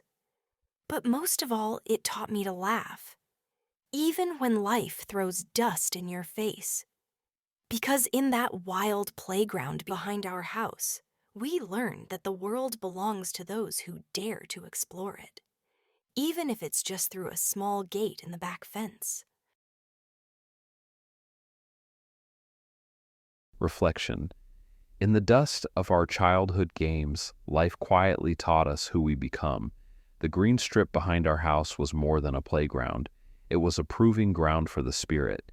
It was where imagination met dust, and where freedom first took shape in the mind of a child who hadn't yet learned to fear his own boldness. At the time, I thought it was all about laughter and mischief, the traps, the races, the near escapes. But now, when I look back, I see it for what it truly was, a classroom without walls. It taught us how to test boundaries without breaking them, how to fall and rise, how to laugh even when life gave us a scolding. In that wild little stretch of veld, we learned lessons that no adult ever taught us, that creativity grows from boredom, that courage often looks like foolishness until you survive it, and that respect for people, for danger, for nature, is born the moment you realize that your freedom touches the freedom of others. When the woman fell into our trap, we didn't yet understand the difference between humor and harm. but the silence that followed her anger taught me something lasting, that true maturity begins the moment laughter gives way to reflection. As adults, we still build traps, not in the veld, but in our hearts and relationships. We dig holes with pride, disguise them with cleverness, and then act surprised when others fall in. The lessons of the green strip still apply. Build carefully, act kindly, and know when the game has gone too far. That small gate in the back fence opened onto far more than open veld. It opened onto life itself, unpredictable, beautiful, sometimes unfair, but always waiting to be explored. And if there's one truth that has stayed with me since those days of dust and freedom, it's this: real growth happens not when we stop falling, but when we learn why we stood up again. Freedom is intoxicating, but it also teaches you the consequences of your choices. I was still learning that balance, the interplay of wildness and responsibility, and it became clearer the day my report card brought rugby to an abrupt halt.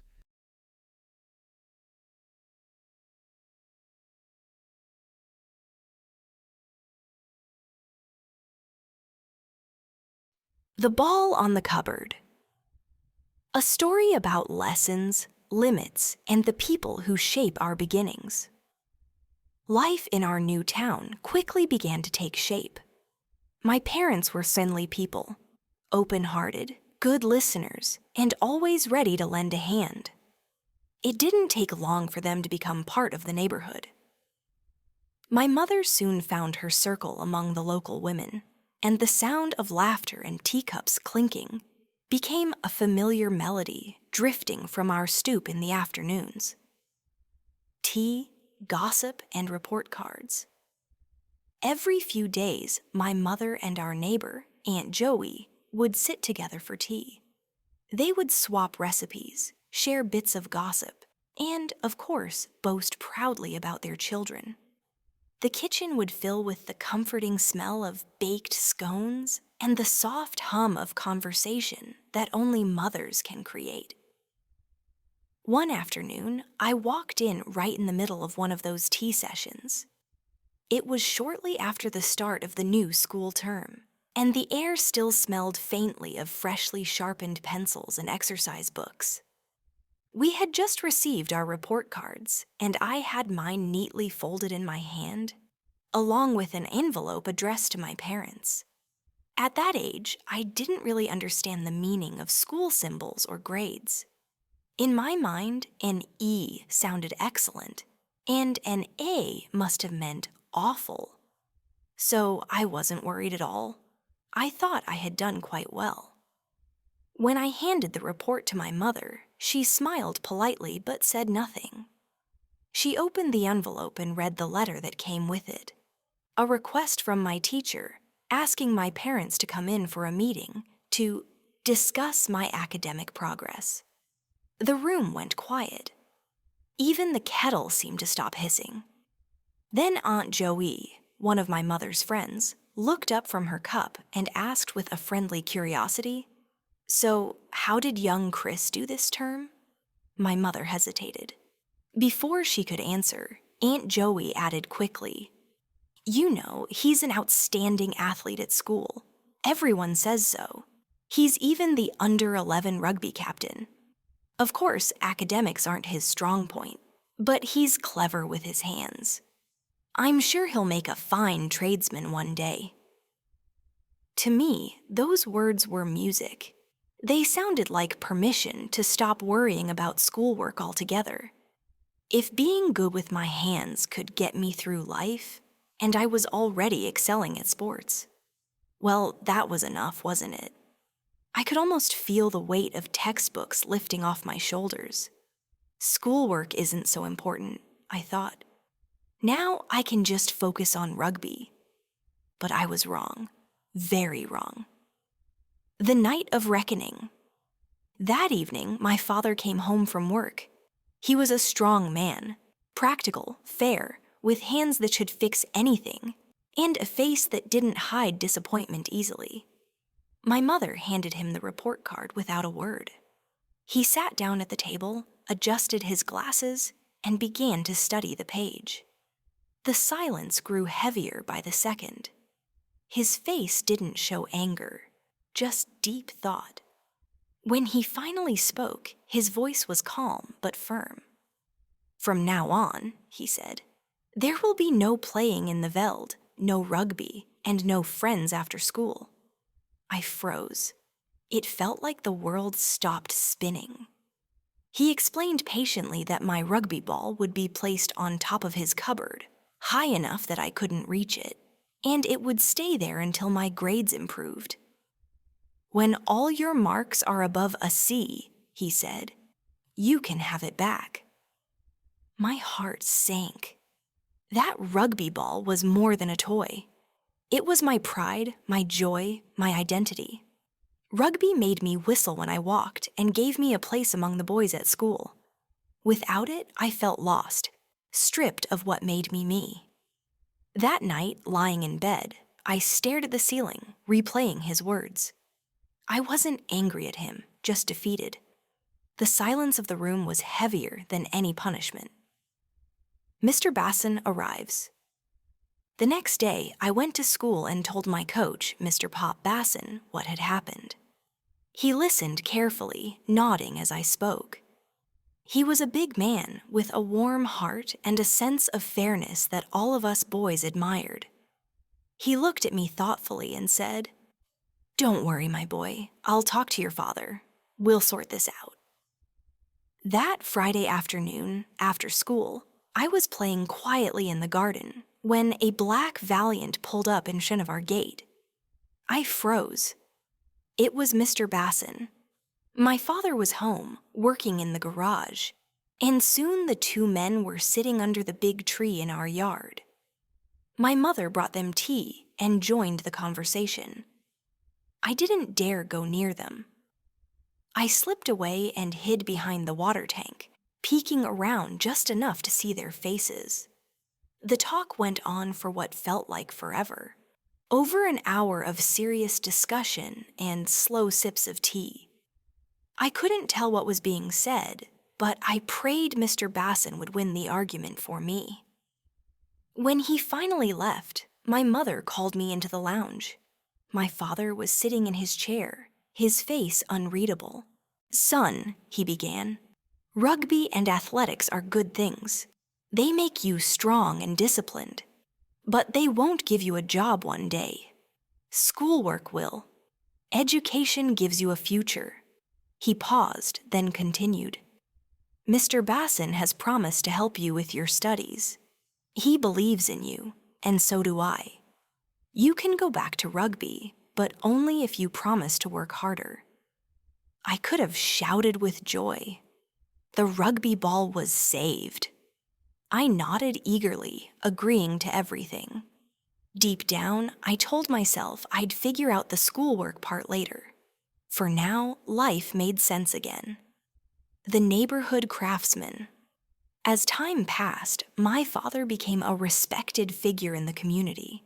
He was one of those rare people who couldn't say no when someone needed help. Whether it was fixing a leaking tap, building a garden gate, or tuning a car engine, he'd roll up his sleeves and get to work. People admired his skill and generosity. Soon, he became known as the man who could do anything, a builder, a mechanic, and a craftsman all in one. One of his favorite projects was building grape pergolas, which were all the rage at the time. Almost every house in the neighborhood had one, a proud structure draped in vines, where families could sit on warm evenings, sipping cool drink and watching the sun go down. I'd often stand beside him as he worked, handing him tools, smelling the sawdust and fresh paint. Watching him create something from nothing filled me with pride. I wanted to be just like him, capable, calm, and respected. The pigeons. My mother's two brothers, Uncle Harry and Uncle Addie, lived in East London and were passionate pigeon fanciers.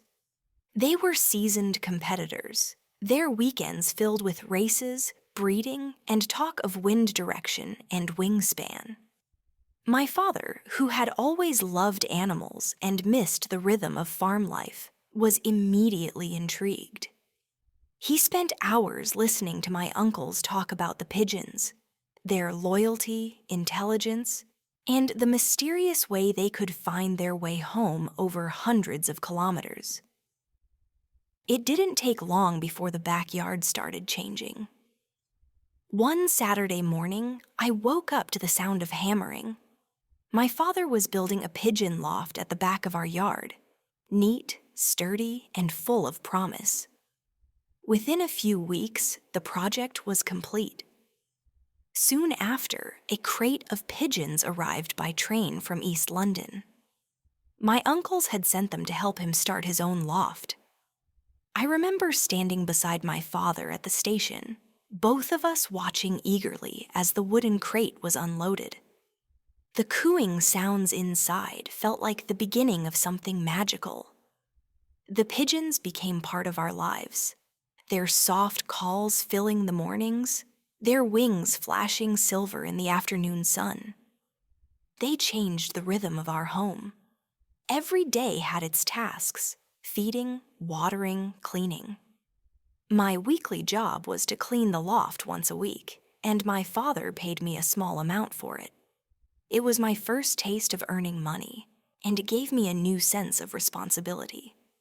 I began to understand that work and reward were connected. Lessons from the loft pigeons fascinated me. I could spend hours watching them circle above the house, gliding effortlessly before returning home. They always came back, no matter how far they were released. It was loyalty in motion. My father would often stand beside me, his cap tilted back, his eyes following the birds.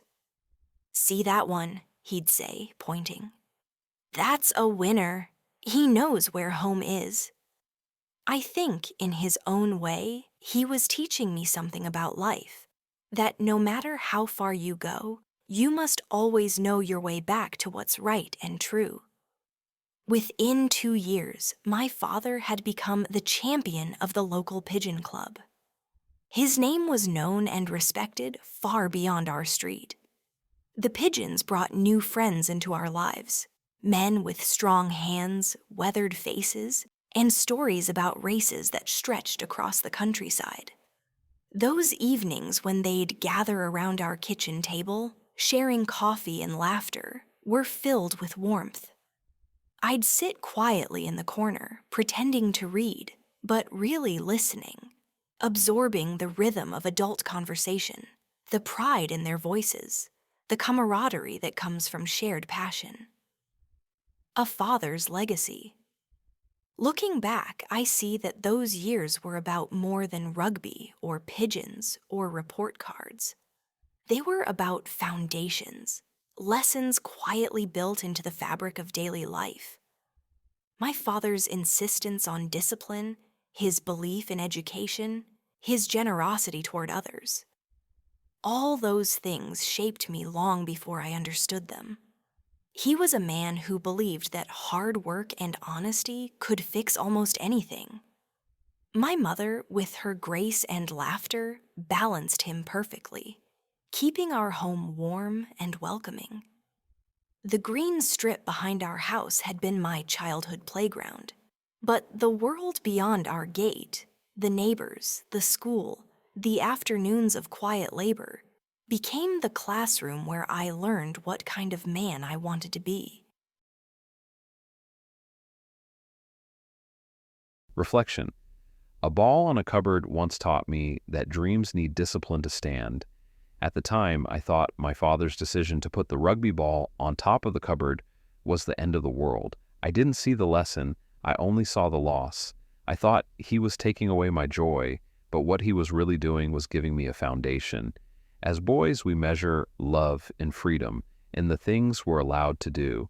As men, we come to understand that real love often hides in boundaries. My father's stern silence that evening wasn't anger, it was guidance. He was shaping a habit, one that would teach me to earn what I wanted instead of expecting it to be handed to me. That old rugby ball became more than a game. It became a symbol, of trust, of growth, of responsibility. It taught me that talent means little without discipline, and that strength, whether on a field or in life, comes from balance between passion and purpose.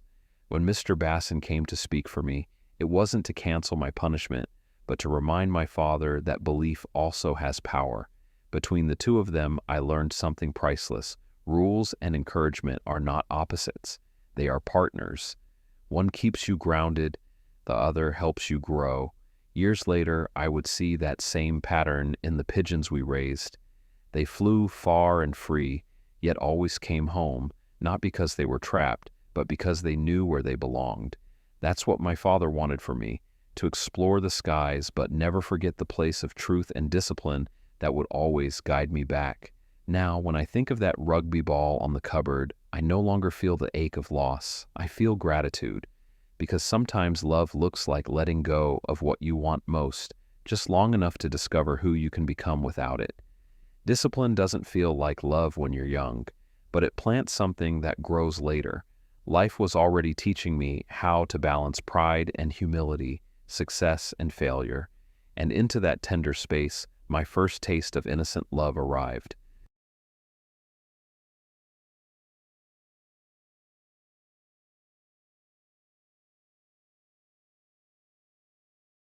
Schoolyard Love. A story about innocence, admiration, and learning the quiet lessons of the heart. By grade 6, I had discovered something new, something that wasn't written in textbooks or taught by teachers. Her name was Mariana. She had been in my class since grade 2, but suddenly, something about her felt different. Maybe it was the way her brown hair shimmered in the sun, or the way her voice carried when she read poems in class. Whatever it was, I noticed her. And from that day on, school felt different too. Mariana wasn't athletic or loud like the other girls. She sang in the choir, recited poetry with a clear, bell-like voice, and seemed to know the answer to every question the teacher asked. She had this calm confidence about her, a neatness, a grace, that made me admire her deeply. And every morning, she greeted me with a smile that somehow made me stand taller. At that age, admiration came in strange forms. It wasn't about love or romance. It was about wonder. Mariana seemed to belong to a world just slightly out of reach, a world of perfect handwriting, pressed uniforms, and mothers who baked tarts on Sundays. I decided that if I could just sit next to her, some of that magic might rub off on me. There was only one problem. She sat near the front, and I was stuck in the back. So I made a deal. I traded seats with a boy who sat beside her, a quiet fellow who didn't mind moving to the back row. He agreed immediately, probably relieved to escape the teacher's watchful eye. In my mind, the back seats were for the strong boys, the heroes of the playground, though that illusion quickly faded when I realized we mostly sat there to be far from the teacher's questions. From that day, I sat next to Mariana. It felt like victory. I'd never been so aware of anyone's presence before. The faint scent of her hair, the neat way she placed her pencils in line, the soft curve of her handwriting. Her long brown hair moved like waves when she turned her head, and I would often lose track of what the teacher was saying, hypnotized by the movement. I convinced myself my schoolwork would improve. After all, I was sitting beside the smartest girl in the class. But 6 months passed, and although my marks stayed the same, my heart learned other lessons. I began to imagine walking her home, maybe even visiting her house one day. The thought filled me with excitement and dread in equal measure. You see, Mariana lived in another neighborhood, one of wide streets, large houses, and cars that shone as if polished every morning. It was the kind of place that smelled of new paint and money, while our side of town smelled of dust and oil. Even as a child, I could feel the difference. Still, one afternoon, I gathered all my courage. When the bell rang, I walked beside her, pretending it was just coincidence that our routes overlapped. She smiled shyly, and we walked together in that awkward silence that feels heavy and light at the same time. When we reached her gate, her mother was waiting. She was the neatest lady I had ever seen. Hair perfectly pinned, apron spotless. The kind of woman who looked as though she had never been tired in her life. Before I could greet her, she said in a tone colder than the winter wind, "Mariana may not bring boyfriends home." Boyfriends. The word hung in the air like an accusation. My face burned with embarrassment, and I mumbled goodbye. I realized with a sudden ache that Mariana belonged to a world where I did not fit. Her house stood behind a white fence, mine behind a wire one. Hers smelled of roses, ours smelled of polish and paraffin. That was the day I learned that the heart doesn't always follow the rules of the world, but the world makes sure you remember its rules anyway. I didn't walk her home again. But I still greeted her at school, still admired her from across the classroom, still wondered what might have been if her mother hadn't appeared at that gate. Months passed, and I buried my feelings under rugby practice, dusty afternoons, and the kind of laughter boys use to hide confusion. Then, one day, while we were training on the field, I saw Mariana walking toward me. She looked as perfect as always, hair tied neatly, blazer spotless, eyes bright with that same unshakable calm. The other boys started whistling and nudging one another, teasing me before she even reached me. My heart nearly stopped. "Chris," she said softly, "Isabel wants to know if you'll be her boyfriend." It took me a second to realize what she meant. Isabel. Small, thin Isabel, the girl with the uneven braids and shy eyes, wanted me as her boyfriend. But I was looking into Mariana's eyes, hoping she would see the answer I couldn't say out loud. "I don't want Isabel. I want you." She didn't see it, or maybe she did and chose to look away. Either way, I nodded. "Tell Isabel it's okay. She can be my girlfriend." That was how my first relationship began. Isabel would stand at the edge of the rugby field, waving and cheering for me. I'd wave back, proud that someone, anyone, was cheering just for me. We never went out, never spoke more than a few words in passing, but there was a sweetness in it. At her netball games, I'd return the favor, shouting her name from the sidelines. It wasn't love. It wasn't even friendship in the real sense. But in the innocent world of 12-year-olds, it meant something. It meant belonging. A year later, Mariana handed me a small folded note while walking past my desk. It was from Isabel. I opened it slowly, half expecting a heart drawn in red ink. Instead, it read, "Thank you for being my boyfriend. It meant a lot to me. But I've found someone new. Please don't be sad." The words were written neatly, with little hearts over the eyes. I stared at the page for a long time, not sure whether to laugh or feel hurt. It didn't really feel like heartbreak, just the quiet ending of something small and kind. That night, I wrote my first ever letter. It was to Isabel. I thanked her for being my girlfriend, told her she had made me proud even though we never really spent time together. I wished her happiness, and I meant it. Writing that letter made me feel grown up somehow, as if I had closed a chapter of my life without bitterness. From then on, Mariana was just Mariana again, the clever girl with the beautiful voice and the perfect braids. I still admired her, but the ache had softened. I realized that admiration didn't have to end in romance. Sometimes it just became respect. Looking back now, I see how much that small story taught me. It wasn't about love. It was about understanding where you stand, learning humility, and realizing that the heart is both fragile and resilient. It taught me that even when something doesn't last, it can still mean something. In that tiny classroom with its squeaky desks and chalk dust, I began to understand that love, even in its smallest, most innocent form, isn't always about getting what you want. Sometimes it's about learning to appreciate what you had, even if it lasted only long enough to teach you who you were becoming. And maybe that's what first love really is. Not the person, not the story, but the moment you start to see yourself differently. The moment you realize that the heart is capable of hope, even when it doesn't get to stay. Reflection.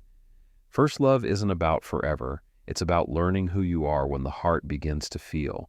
We often remember our first love not for what it became, but for what it revealed. At 12, I thought I had discovered love, but what I had truly discovered was awareness. Mariana was never really mine to lose. She was the mirror in which I first saw my own capacity to feel, to hope, and to be humbled. That early affection wasn't about romance, it was about awakening. The discovery that beauty exists in small gestures, that kindness leaves an imprint, and that admiration itself can be a teacher. Standing beside her in that classroom, I didn't learn the rules of grammar or arithmetic. I learned presence. I learned that sometimes just being near what you admire is enough. Her mother's words at the gate were my first encounter with life's invisible fences, those lines drawn by class, culture, and fear. They stung not because they were cruel, but because they were true to the world we lived in. Yet, looking back, I see how moments like that prepared me for adulthood. They taught me that love often meets resistance, and that worth is not measured by the street you live on, but by the grace with which you respond when someone closes their gate. Then came Isabel, sweet, shy Isabel, who unknowingly taught me another truth, that love's endings are not failures, they are transitions. Her note, so innocent and kind, became a gentle farewell to boyhood. In that small gesture of honesty, I learned that letting go can be beautiful too. Years later, I would recognize the pattern in so many parts of life. People enter our stories not to stay forever, but to awaken something we need to know about ourselves. Some come to teach courage, others humility, and a few, like Mariana, to show us the quiet strength of admiration that expects nothing in return. If I could speak to that boy now, I'd tell him this. First love isn't meant to last. It's meant to open the heart so that when true love arrives, you recognize it, not by its perfection, but by the peace it brings. First love is a whisper, not a declaration. It opens the heart just enough to feel the world differently. But the world of a child is unpredictable, and that year it would soon ask me to face something far deeper, the loss of a friend I admired more than I understood.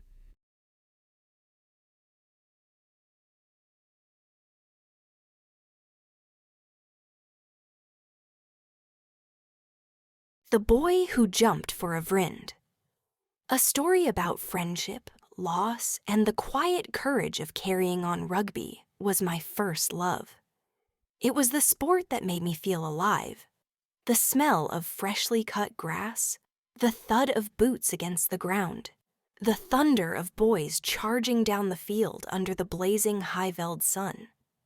But when the rugby season ended and the fields turned dusty brown, athletics stepped quietly into that space. Athletics were different. Where rugby was noise, unity, and teamwork, athletics was solitude, focus, and the whisper of your own breath. It was a test not just of strength, but of discipline, a duel between your mind and your body. You couldn't hide behind a team. When you stood on that track or under that high jump bar, it was just you. Every mistake, every triumph, fully your own. I loved that difference. On the rugby field, I was part of a pack. On the track, I belonged to the wind. The mind game. I discovered early that athletics wasn't just about muscles, it was a mind game. Before the starter pistol even fired, you had to win inside your head. In high jump, I learned to visualize, to see every movement before it happened. I would stand at the start of my run-up, close my eyes, and imagine my body gliding over the bar. I could feel the takeoff, the lift, the sweet instant of flight when time seemed to slow and the world went silent. You knew when you'd made it before your feet even left the ground. In the 800 and 1500-meter races, the battle was different. Those were races of patience and precision. You couldn't start too fast. That was the first lesson. The trick was to read your opponents, to sense their breathing, the twitch in their stride when they began to tire. It was strategy disguised as sport. You had to wait, hold back, and then, when the moment came, strike. Those events became my strength. I wasn't the biggest boy, but I had endurance and a will that didn't easily bend. By the time I reached grade 6, I was the school champion in both. Mr. Van Zil's challenge. During rugby season, our coach, Mr. Van Zyl, had a way of turning everything into a test. After practice, he made us sprint from one goalpost to the other and back. He'd grin and call out, "If anyone can catch Chris, you can skip the second round." That was all the motivation the boys needed, and all the challenge I needed. I'd take off like lightning, determined not to be caught. The more they chased, the harder I pushed. And somehow, no one ever did. I wasn't trying to prove anything. I just loved the feeling of running, the rhythm of breath and heartbeat, the wind pressing against my face, the certainty that for that moment, I was free. My rival and my friend. If running was where I shone, jumping was where I learned humility. My best friend, Geely, with his shock of red hair and freckles scattered like sunlight, was the star of the jumps. Long jump, high jump. It didn't matter. He always won. And though I came second every time, I couldn't resent him. He was too good-natured for that. We were opposites in many ways. He was quick with a joke, cheerful, always smiling. I was quieter, more driven, maybe a little more serious. But together, we made a good pair. Competitors on the field, inseparable off it. After practice, we'd lie side by side on the grass, staring at the blue high-veld sky, laughing about who had the funniest teacher, or whose father shouted loudest at the weekend rugby game. On hot afternoons, his mother would appear with 2 bottles of Coca-Cola, one for him and one for me. She treated me like a second son, even though I was the rival always chasing her boy. The turning point. It was the start of the new athletic season in grade 6 when I noticed something different. During our practice meet, I came closer to beating him than ever before. It startled both of us. That evening, I could barely wait for supper to tell my parents. "I think I'm catching up to Geely," I said proudly. They smiled, proud of my dedication. "All that training's paying off," my father said. I believed that too. I didn't know that something else was quietly changing, something none of us could see. That same year, a new high jump technique swept across the world, the Fosbury flop. It turned everything we knew upside down. Instead of diving forward over the bar, you ran up, twisted your body, and went over backwards. The first time I saw it, I thought, that'll never work. But it did. Geely and I practiced for hours after school, laughing as we tumbled into the sawdust pit again and again until we mastered the rhythm. Run, plant, twist, fly. And soon, our heights climbed higher than we'd ever imagined. The day I beat him. The inter-school athletics meet arrived on one of those scorching, high-veld Saturdays when the air shimmered above the track and the smell of dust and sunblock hung everywhere. When my turn came for the high jump, I felt weightless. Each run-up felt perfect, each takeoff effortless. And then, for the first time, I beat him. I had done it. He smiled, as he always did, and shook my hand. But there was something behind his eyes, something tired, almost distant. Later, I noticed he hadn't entered the long jump, his favorite event. I told myself maybe he was just off his game. But somewhere deep down, unease stirred. That night, while we were having supper, my mother looked thoughtful. "There's something wrong with that boy," she said softly. "He looks pale and tired." I shrugged. "He probably just didn't sleep well." But her words stayed with me. The silence that followed. Over the next few weeks, he started missing school. At first, it was just a day or two, then a week, then longer. His mother stopped coming to practices. His father, usually so friendly, avoided conversation. One morning, our old grade 2 teacher, Miss Mieni, walked into our classroom. She had that gentle way of speaking that made you listen. We all sat still as she told us she wanted to talk about our friend. "Geely is very sick," she said softly. "He has something called blood cancer." The words meant nothing to us then. We were just children. We didn't know that she was really saying he was dying. She explained that he might not be back at school for a long time, and that we should keep him in our thoughts. I remember her voice, calm, kind, trembling ever so slightly. I didn't really understand, but something inside me tightened. The news we didn't want. 3 months later, our teacher walked in one Monday morning with eyes red from crying. She set her books down slowly, looked at us, and said, "Children, Geely passed away last night." The room went silent. The sound of the ticking classroom clock suddenly seemed unbearably loud. Someone sniffed. Another began to cry. I just sat frozen. I didn't understand how a boy who could run faster and jump higher than anyone else could simply stop existing. That afternoon, I sat beside my mother on the couch and cried until I couldn't breathe. She held me quietly.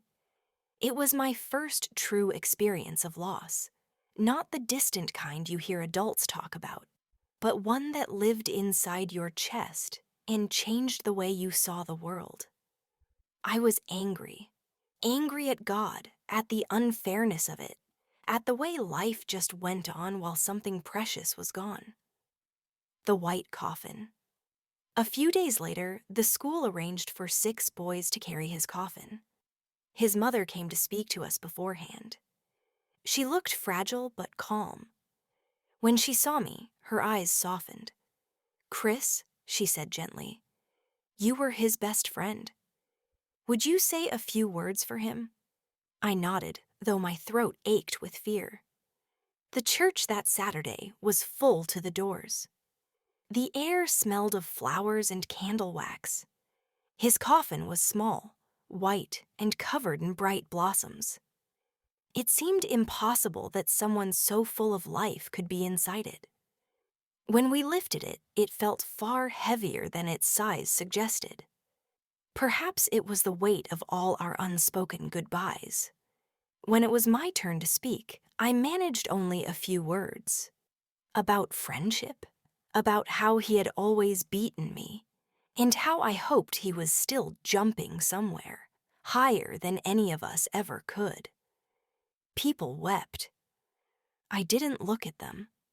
I looked only at the coffin and whispered, "I'll keep jumping for you, my friend." The promise that day I made a vow, childish maybe, but sincere. I would honor him by doing what he loved. I would train harder, jump higher, and never give up. Something changed in me after that. My training became a ritual. Every time I stepped onto the track, I imagined him beside me. Each takeoff felt like a message. This one's for you. That year, I broke my own records. My coach, my teachers, even my parents noticed. But no one knew the real reason.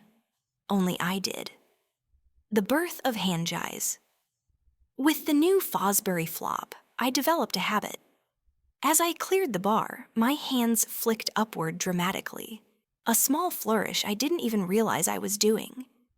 One afternoon, as I soared over the bar, Mr. Van Zyl laughed and shouted, "Look at those little hands go! That's hand-jies in action." The name stuck instantly. From then on, everyone called me hand-jies. The teachers, the other boys, even the principal once or twice. It became my badge of honor. At first, I blushed each time someone said it. But soon I realized that hand-jies wasn't just a nickname. It was a story. My story. Our story. Every time I jumped, those small hands were waving to a friend who wasn't there anymore, yet somehow always was. The seasons that followed life moved on, as it always does. We grew older. New boys came, new champions rose. But some memories don't fade. They settle quietly inside you, shaping the person you become. Years later, I carried those memories with me. The dusty school field, the smell of sun-baked earth, the laughter of a red-haired boy who once beat me every time, and then somehow gave me the reason to keep flying. Even now, when I drive past a school field or hear the whistle of a starter's gun, something in me stirs.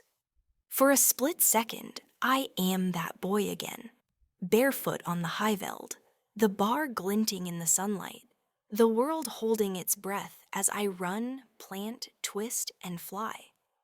And somewhere, I like to believe, a friend is laughing beside me. What I learned looking back, I realized that loss was my first real teacher. It taught me that love doesn't disappear, it transforms. It becomes memory, purpose, and quiet strength. Athletics gave me more than medals.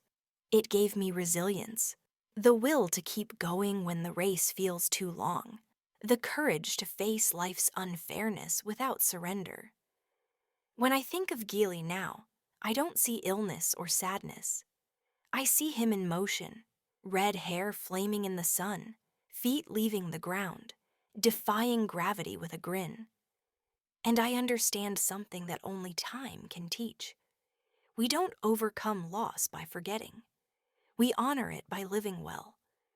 So I keep running. I keep jumping.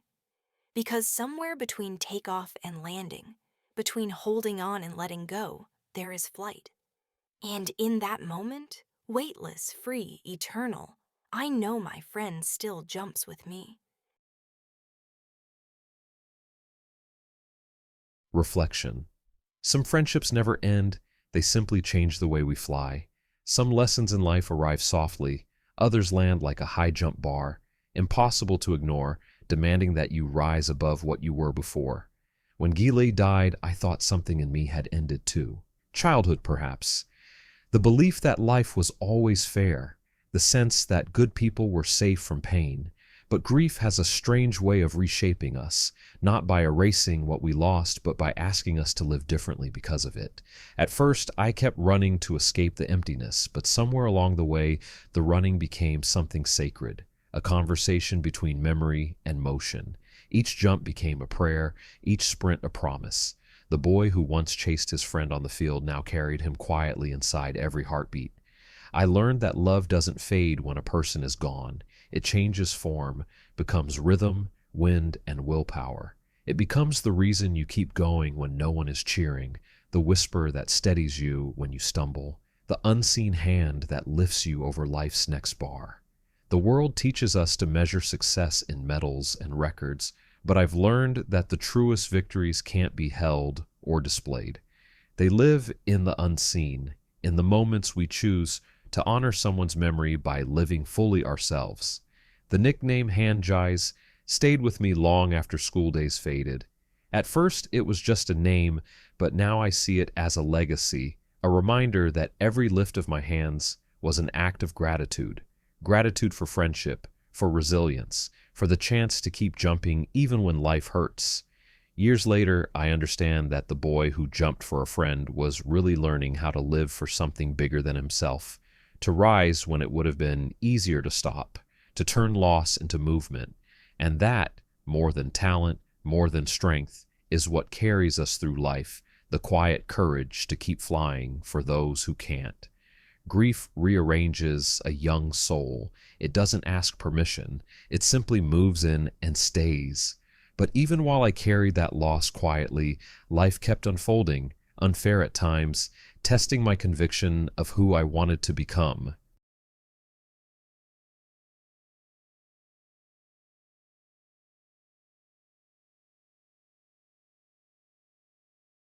Broken Wheels. A story about guilt, injustice, and the lessons that shape a young heart. It was the start of grade 7, another blazing Highveld summer. The sun shimmered off the tar road, and the smell of dust and grass hung in the air like the scent of childhood itself. I was 12, tall for my age, and lived for sport. Rugby was my passion, my pride, my language. But in summer, rugby gave way to cricket and athletics. That season, I was a reserve for the first cricket team, a place just close enough to the dream to feel it burn. Every Friday, our school hosted a league match, and this week we were playing our biggest rivals, North School. Everyone in town knew it would be a battle worth watching. That morning, Brahm and I raced to school on our bicycles. He was already a first-team player, a fast bowler, tall and wiry, with legs that seemed built to run forever. We lived in the same neighborhood, so we often cycled together. But cycling for us wasn't about getting to school. It was about who could get there first. We didn't understand the word slow. Speed was everything. Wind in your face, wheels humming, hearts pounding like engines. It was freedom. We flew down the long road toward school, the morning sun glinting off our handlebars. I led the way, pushing harder and faster as the school gate came into view. At the sharp turn before the main gate, I leaned in just a little too much, and before I knew it, I felt a sudden jolt from behind. Brahm's front wheel struck my back one. There was the sound of metal scraping, a shout, and then a crash. When I looked back, Brahm was sprawled across the tar road, his bicycle twisted beneath him. His knees were torn open, bleeding into the dust, and one leg bent awkwardly. I jumped off my bike and ran back, my stomach turning. "Brahm, are you okay?" He tried to stand, but pain pulled him down again. Teachers came running, and within minutes, he was taken to the school clinic. His leg wasn't broken, but the knee was badly bruised, bad enough to keep him out of the game. Our coach, Mr. Van Zyl, was waiting by the cricket field later that afternoon. He looked at Brahm's swollen leg and then turned to me.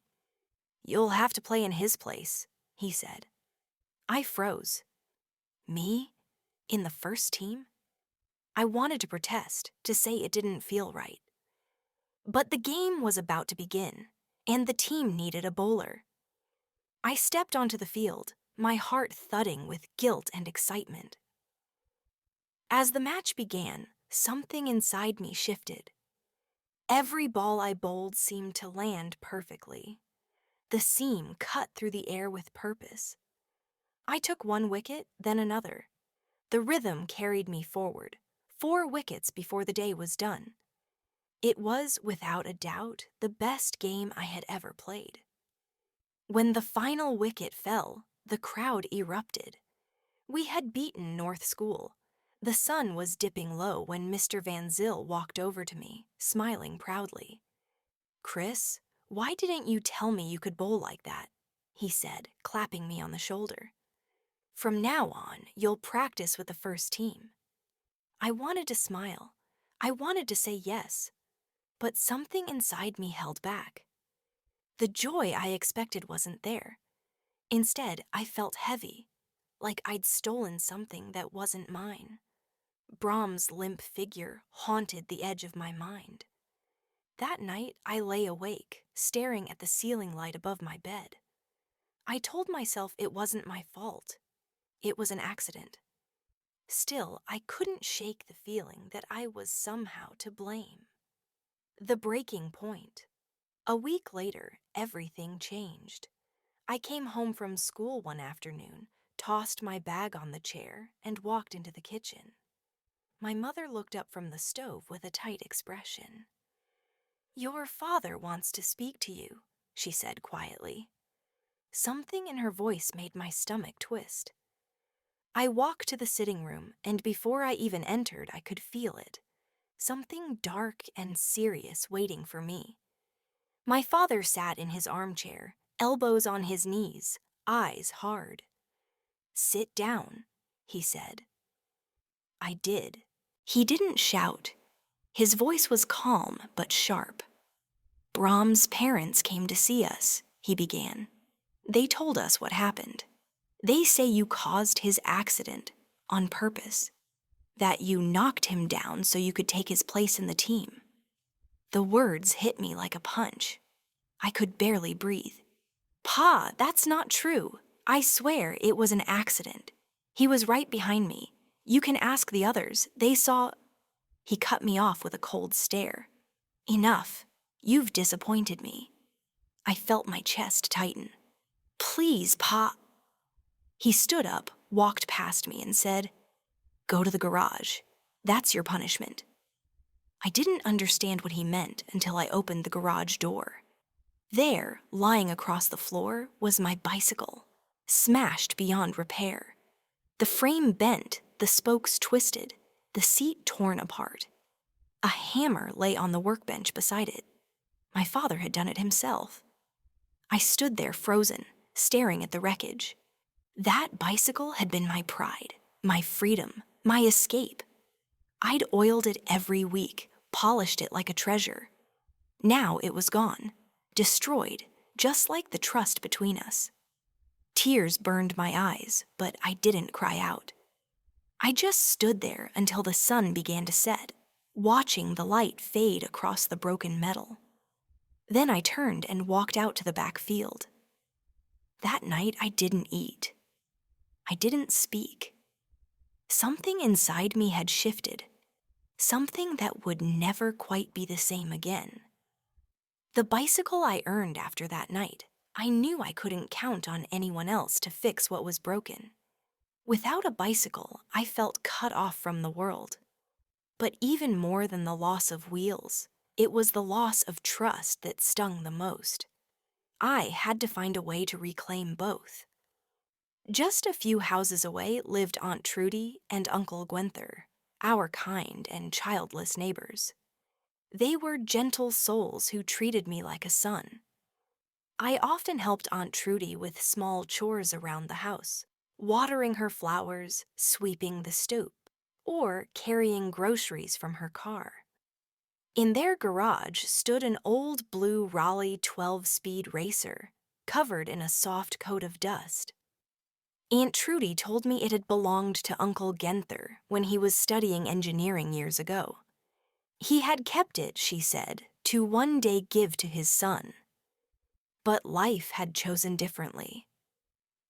One afternoon, as I helped her hang laundry, I asked about the bicycle again. I could see the sadness in her smile when she said, "It's been standing there for years.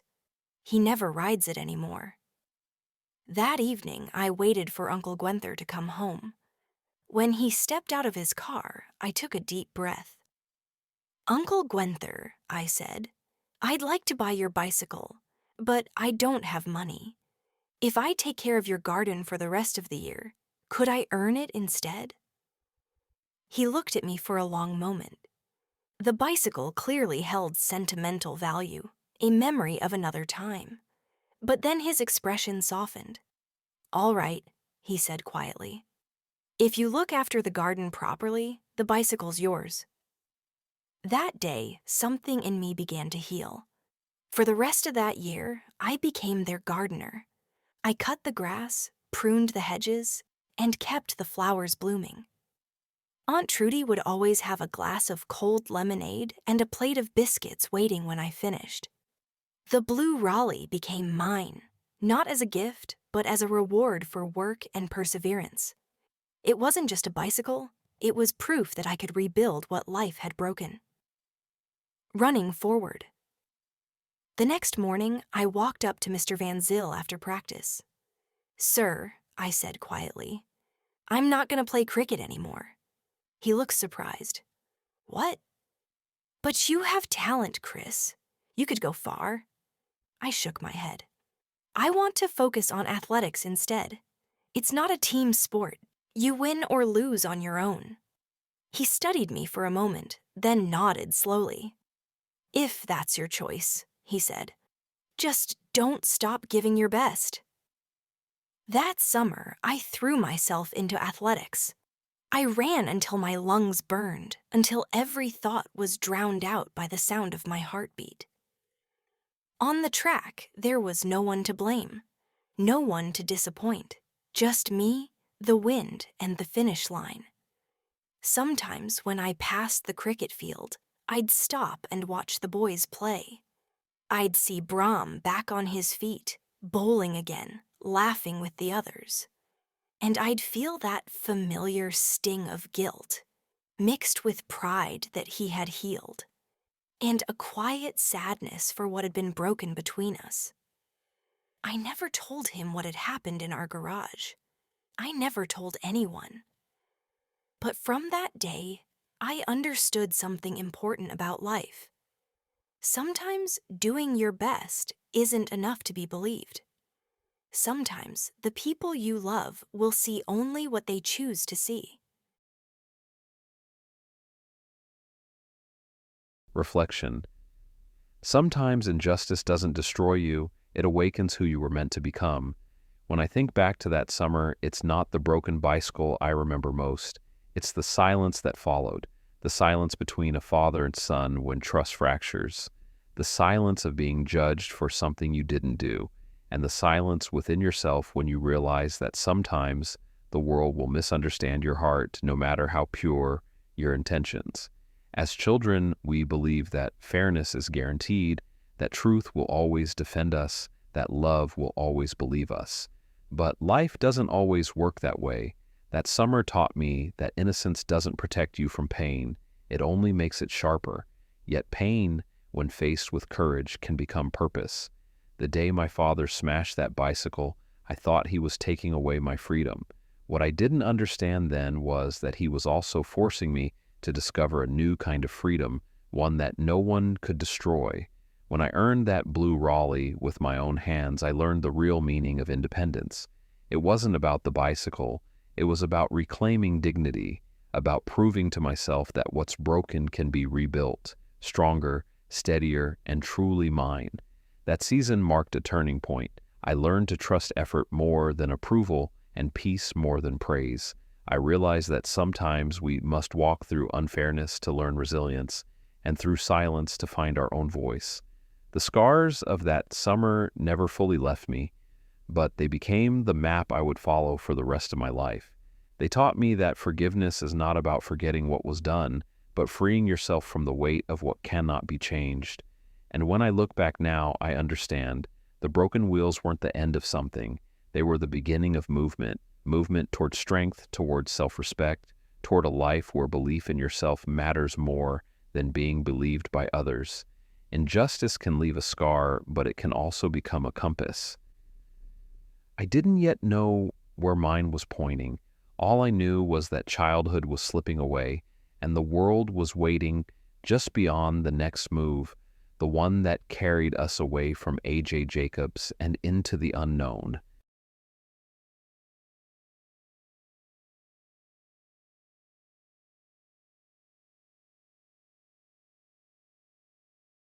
The Last Year at A.J. Jacobs. A story about change, pride, and learning to let go. There are moments in a boy's life when he feels he belongs, when the dust on his shoes and the laughter of his friends seem to weave a thread that ties him to a place. For me, that place was A.J. Jacobs Primary School. To many children, school was a duty. To me, it was a world full of surprises, challenges, and pride. It was where I learned to test my courage, to stand tall after mistakes, and to taste the joy of being part of something bigger than myself. At A.J. Jacobs, I felt accepted. I was no class leader, nor did I wear a prefect's badge. I was far too mischievous for that. Authority and I had an uneasy friendship. I pushed boundaries, played tricks, and tested every rule the teachers tried to enforce. My grades were good enough to stay out of serious trouble, but never good enough to make my parents brag at the tea table. Still, I mattered there.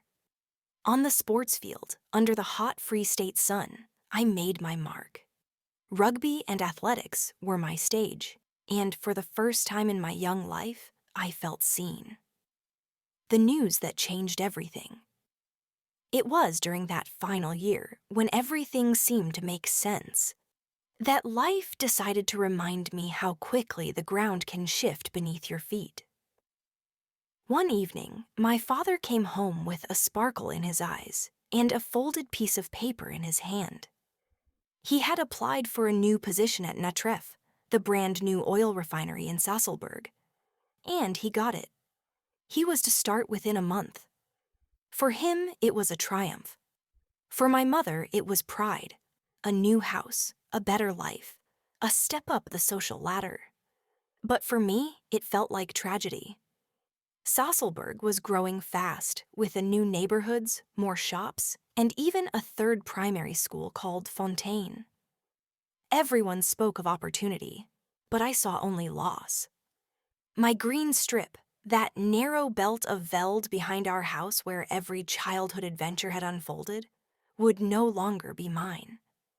My friends, my team, my school, the whole world I had built in my imagination, was slipping away. At A.J. Jacobs, I wasn't just another boy. I was somebody. My sport had given me a name. My team had given me brothers. And together, we had made history. The unbeaten season. For 2 seasons in a row, our rugby team had remained unbeaten in the district. The newspaper printed our team photo. All of us in dark green jerseys, faces sunburned and proud. Under the headline, "Local Boys Conquer the League." That clipping hung on my cupboard door for months. I must have read it 100 times. It wasn't just a piece of paper. It was proof that I belonged somewhere, that I mattered. When the high school's sports director came to visit, he spoke to us like we were already legends. He encouraged us to choose Sasselberg High when the time came. "We need boys like you," he said. "Your story isn't finished yet." For the first time, I thought maybe the move wouldn't be all bad. Maybe we could continue the dream somewhere new. But life, as I would learn, doesn't give victories without taking something in return. The day of the great race. Just before we moved, my father's pigeons became the talk of the town. He had always been passionate about pigeon racing, a hobby that combined patience, precision, and a quiet love for competition. That year, his birds were in perfect form. Among them were 2 exceptional ones, Darby, the strong, sleek cockbird, and his sister, a graceful light-check hen with eyes that seemed to glow. It was time for the big motor race, the most prestigious event on the pigeon racing calendar. The winner would receive not just glory, but a brand new Datsun Baki. No one from Sasselberg had ever won it before. The usual winners came from Vereniging or along the Vaal River, where the birds' flight paths favored the geography. But my father believed this year would be different. That Saturday morning, the air buzzed with anticipation. The pigeons were released from Hutchinson in the Cape Province, hundreds of kilometers away. The whole pigeon community held its breath.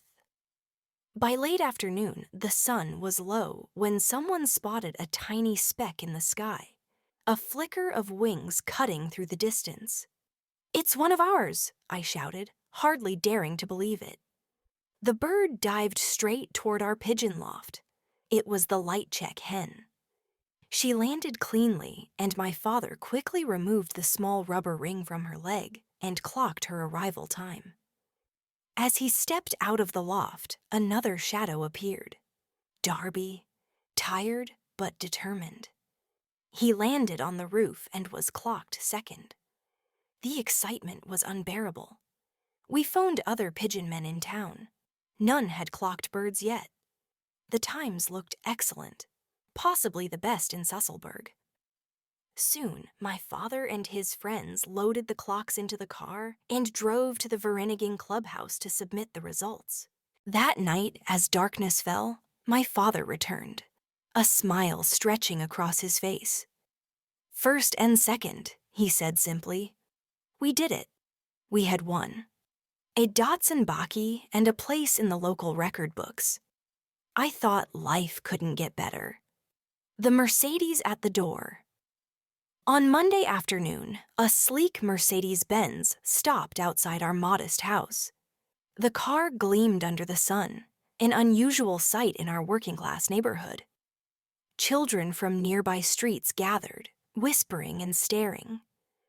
Luxury cars didn't often park in front of houses like ours. Two well-dressed men stepped out, carrying small wicker baskets. They shook my father's hand, spoke quietly, and walked with him toward the pigeon lofts. I sat near the water tank, trying to listen. The air felt heavy. I could tell something was happening. Something I wouldn't like. After what felt like hours, I saw them load a few pigeons into one of their baskets. My heart began to pound.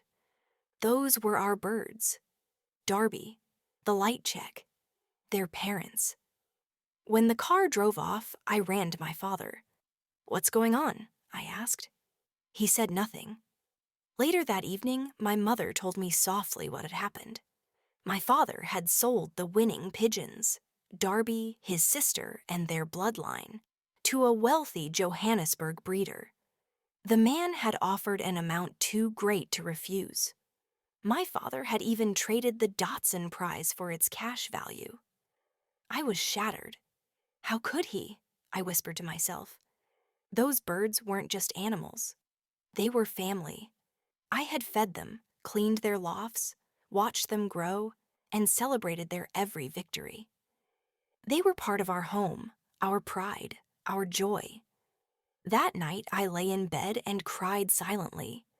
For the first time, I understood that money could buy almost anything, even the things you loved most. After that, something changed. My father tried to start again with new pigeons, but the magic was gone. The races brought only disappointment. The lofts still stood behind the house, and I still cleaned them, but the joy had gone out of it. I worked with sadness, not pride. And deep inside me, a quiet anger took root, an anger toward the rich who could buy success, and toward life itself for teaching me too soon that dreams had a price. The new beginning on Franz Street. A month later, we moved into our new house, 4 Franz Street. It was a brand new development, neat rows of homes, still surrounded by bare earth and half-finished sidewalks. The air inside smelled of fresh paint and cement. My parents were proud. This was a modern house, a symbol of their progress. But to me, it felt empty. No garden, no trees, no green strip behind the fence. Just walls. I missed the smell of dust after rain, the sound of children shouting in the veld, the whistle of the wind through the thorn trees. Still, my spirit couldn't sit still. I began exploring, combing the area like a young adventurer, searching for a secret world of his own. And then, one afternoon, I found it. Tucked beyond the last row of houses was a small dam, its banks lined with soft green grass, narrow irrigation channels, and willow trees swaying lazily in the breeze. The moment I saw it, my imagination awoke. I could already picture myself there, shaping clay sticks, building tunnels, crawling through reeds, and creating new worlds in the hidden corners of that veld. It became my new refuge, a place of peace, discovery, and dreams. Even though the green strip of McIntyre Street was gone, I had found another world to call my own. My mother, ever the homemaker, wasted no time turning the house into something beautiful. Within weeks, she planted a lawn, edged neat cement paths, and created a flower garden that would have made any neighbor envious. My father planted fruit trees and built a brand new pigeon loft, a hopeful gesture, perhaps to rebuild what he had lost. But he never reached the same success again. After 2 years, he gave up pigeon racing altogether. The lofts stood empty, like silent reminders of a time when our family had believed in small miracles. I often wondered whether something in my father had changed after his parents died. He became quieter, more distant. His eyes no longer lit up at the small victories of life. My mother filled the silence with love, baking for visitors, spoiling us children with warmth and devotion. But even she could not fill the emptiness that had settled around our home. The bicycle of my own. If the pigeons had taught me about loss, my bicycle taught me about independence. It wasn't a gift. I had earned it, working small jobs, saving every cent until I could buy it myself. When I finally did, it was mine, truly mine. No one could take it away. No one could sell it. Each morning I pedaled to school, far across town, the wind in my face and my heart steady again. The road was long, but I didn't mind. Freedom has a way of healing old wounds. The rest of that school year felt like one long celebration, our last months together before moving on to high school. We laughed louder, played harder, and dared to dream about the future. Sasselberg High awaited us, and though we didn't yet know it, our childhood was ending. Looking back, now, when I think back to those days, the warm afternoons behind the old house, the laughter of friends, the beating wings of Darby above the rooftops, I see more than just memories. I see lessons. A.J. Jacobs was where I learned what belonging felt like. The move to Sasselberg was where I learned that life changes, whether you're ready or not. And the pigeons, they taught me something deeper.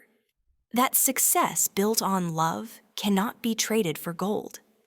Some things once lost can never be replaced, only remembered. Still, I am grateful. Those early years shaped me more than I knew. They taught me resilience, pride, and the quiet strength of starting over. They taught me that life will move on, even when your heart still lingers behind the green strip of your youth. Reflection. We all leave behind a green strip somewhere, but the spirit that played there walks with us forever. Change doesn't ask permission. It comes softly at first, a conversation in the kitchen, a folded letter on the table, a moving truck at the gate, and before you know it, the world you thought would last forever begins to fade into memory.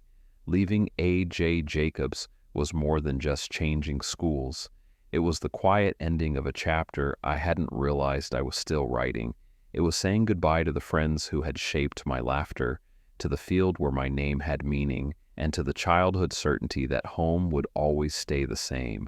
I didn't yet have the words for what I was feeling, but I knew that something inside me had shifted. The world had opened, wider, faster, more complicated, and for the first time, I understood that growing up isn't about becoming someone new. It's about learning to carry the places and people that shaped you, even as you walk away from them. My father's pigeons taught me that success built on passion cannot be bought. His silence taught me that even strong men have seasons of loss. My mother's warmth reminded me that love fills the spaces that ambition leaves behind. And that bicycle I bought myself, it taught me that freedom isn't given, it's earned through effort and perseverance.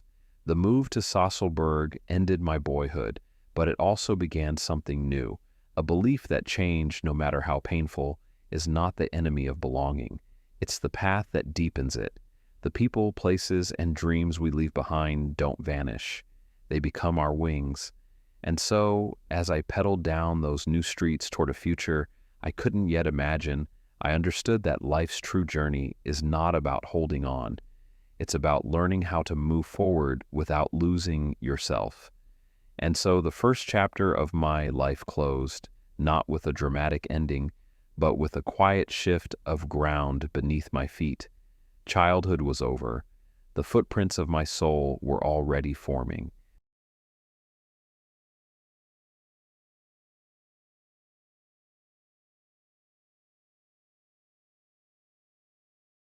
Epilogue. Chapter 1. Age, Birth, 13. Theme: the formation of the child soul and the early architecture of the mindset. There comes a moment, usually long after childhood has passed, when you realize that the world inside you was built long before you knew that worlds could even be built. Childhood is not just remembered, it is carried. It lives in the quiet reflexes of your thinking, in the tremble behind your feelings, in the unexplained certainty that some things are safe and others are not. It becomes the hidden blueprint of how you step into life. Chapter 1 was that blueprint. These early stories, the ice cream that wasn't for me, the forest beyond the tracks, the green strip behind our house, the first crush, the losses, the victories, the disappointments, were not random moments. They were the early shaping of my soul, the part of me that arrived unbroken, curious, instinctive, receptive. My soul was my original design, the place where wonder lived, where fear left marks, where joy carved deep grooves. It was quiet, open, and honest, absorbing everything like soft sand. But right beside it, something else began to form. My mindset. The voice in my head, the meaning maker, the storyteller that tried to explain the world to me long before I had the words to challenge it. My soul felt, my mindset interpreted. Both were being shaped by the same experiences, but not in the same way. The soul absorbed the emotion of each moment. The mindset created beliefs from those emotions. And because I was still a child, I believed almost everything I told myself. I learned early that love could feel uncertain, that belonging could be fragile, that people leave, that loss hurts, that praise lifts you, that rules protect you, that adults are flawed, that joy can be simple, that injustice exists. None of these lessons were wrong, but the stories I created around them were incomplete. These stories shaped the foundation on which I would later build my life. Work hard to be seen. Don't disappoint people. Be strong even when you're scared. Avoid failure. It hurts too much. Freedom comes when you earn it. Don't rely too much on anyone. Love is unpredictable. Hold it gently. Loss teaches you to appreciate what remains. Some of these stories helped me, some limited me, all traveled with me into adolescence. Understanding Stage 1, ages 1 to 13. If I were coaching the boy I was then, I would tell him, your soul is untouched. Your mindset is unfinished. Don't confuse the two. Your soul was never broken, only your beliefs about yourself were. Your soul was still whole, curious, and full of potential. It felt deeply, which is why the hurt felt deep. But your mindset, that first internal narrator, was too young to understand meaning, too untrained to interpret events with wisdom. Children don't misbehave because they're flawed. Children misinterpret because they're still learning how to think. The purpose of these early years was not to perfect me. It was to prepare me. These early stories built emotional awareness, sensitivity to people, early courage, a longing for belonging, resilience born from loss, self-motivation, independence, a deep hunger to prove I mattered. All of these would become powerful strengths later, but at that age they still lived in raw, unshaped form. This epilogue is not a closing of childhood, it is a decoding of it. It is the realization that the stories I made as a boy became the first walls of my inner house. Some walls would need breaking later, others would hold my life together. Because childhood is never over. It becomes the echo in every chapter that follows. And so I leave chapter 1 with gratitude for the innocence, the pain, the victories, the confusion, and the first sparks of identity. Everything that came next, the storms of adolescence, the collapse of confidence, the awakening of purpose, the transformation through the military, all of it began here. This is where the soul first learned to feel. This is where the mindset first learned to speak. And this is where I first began to form the person I would one day become.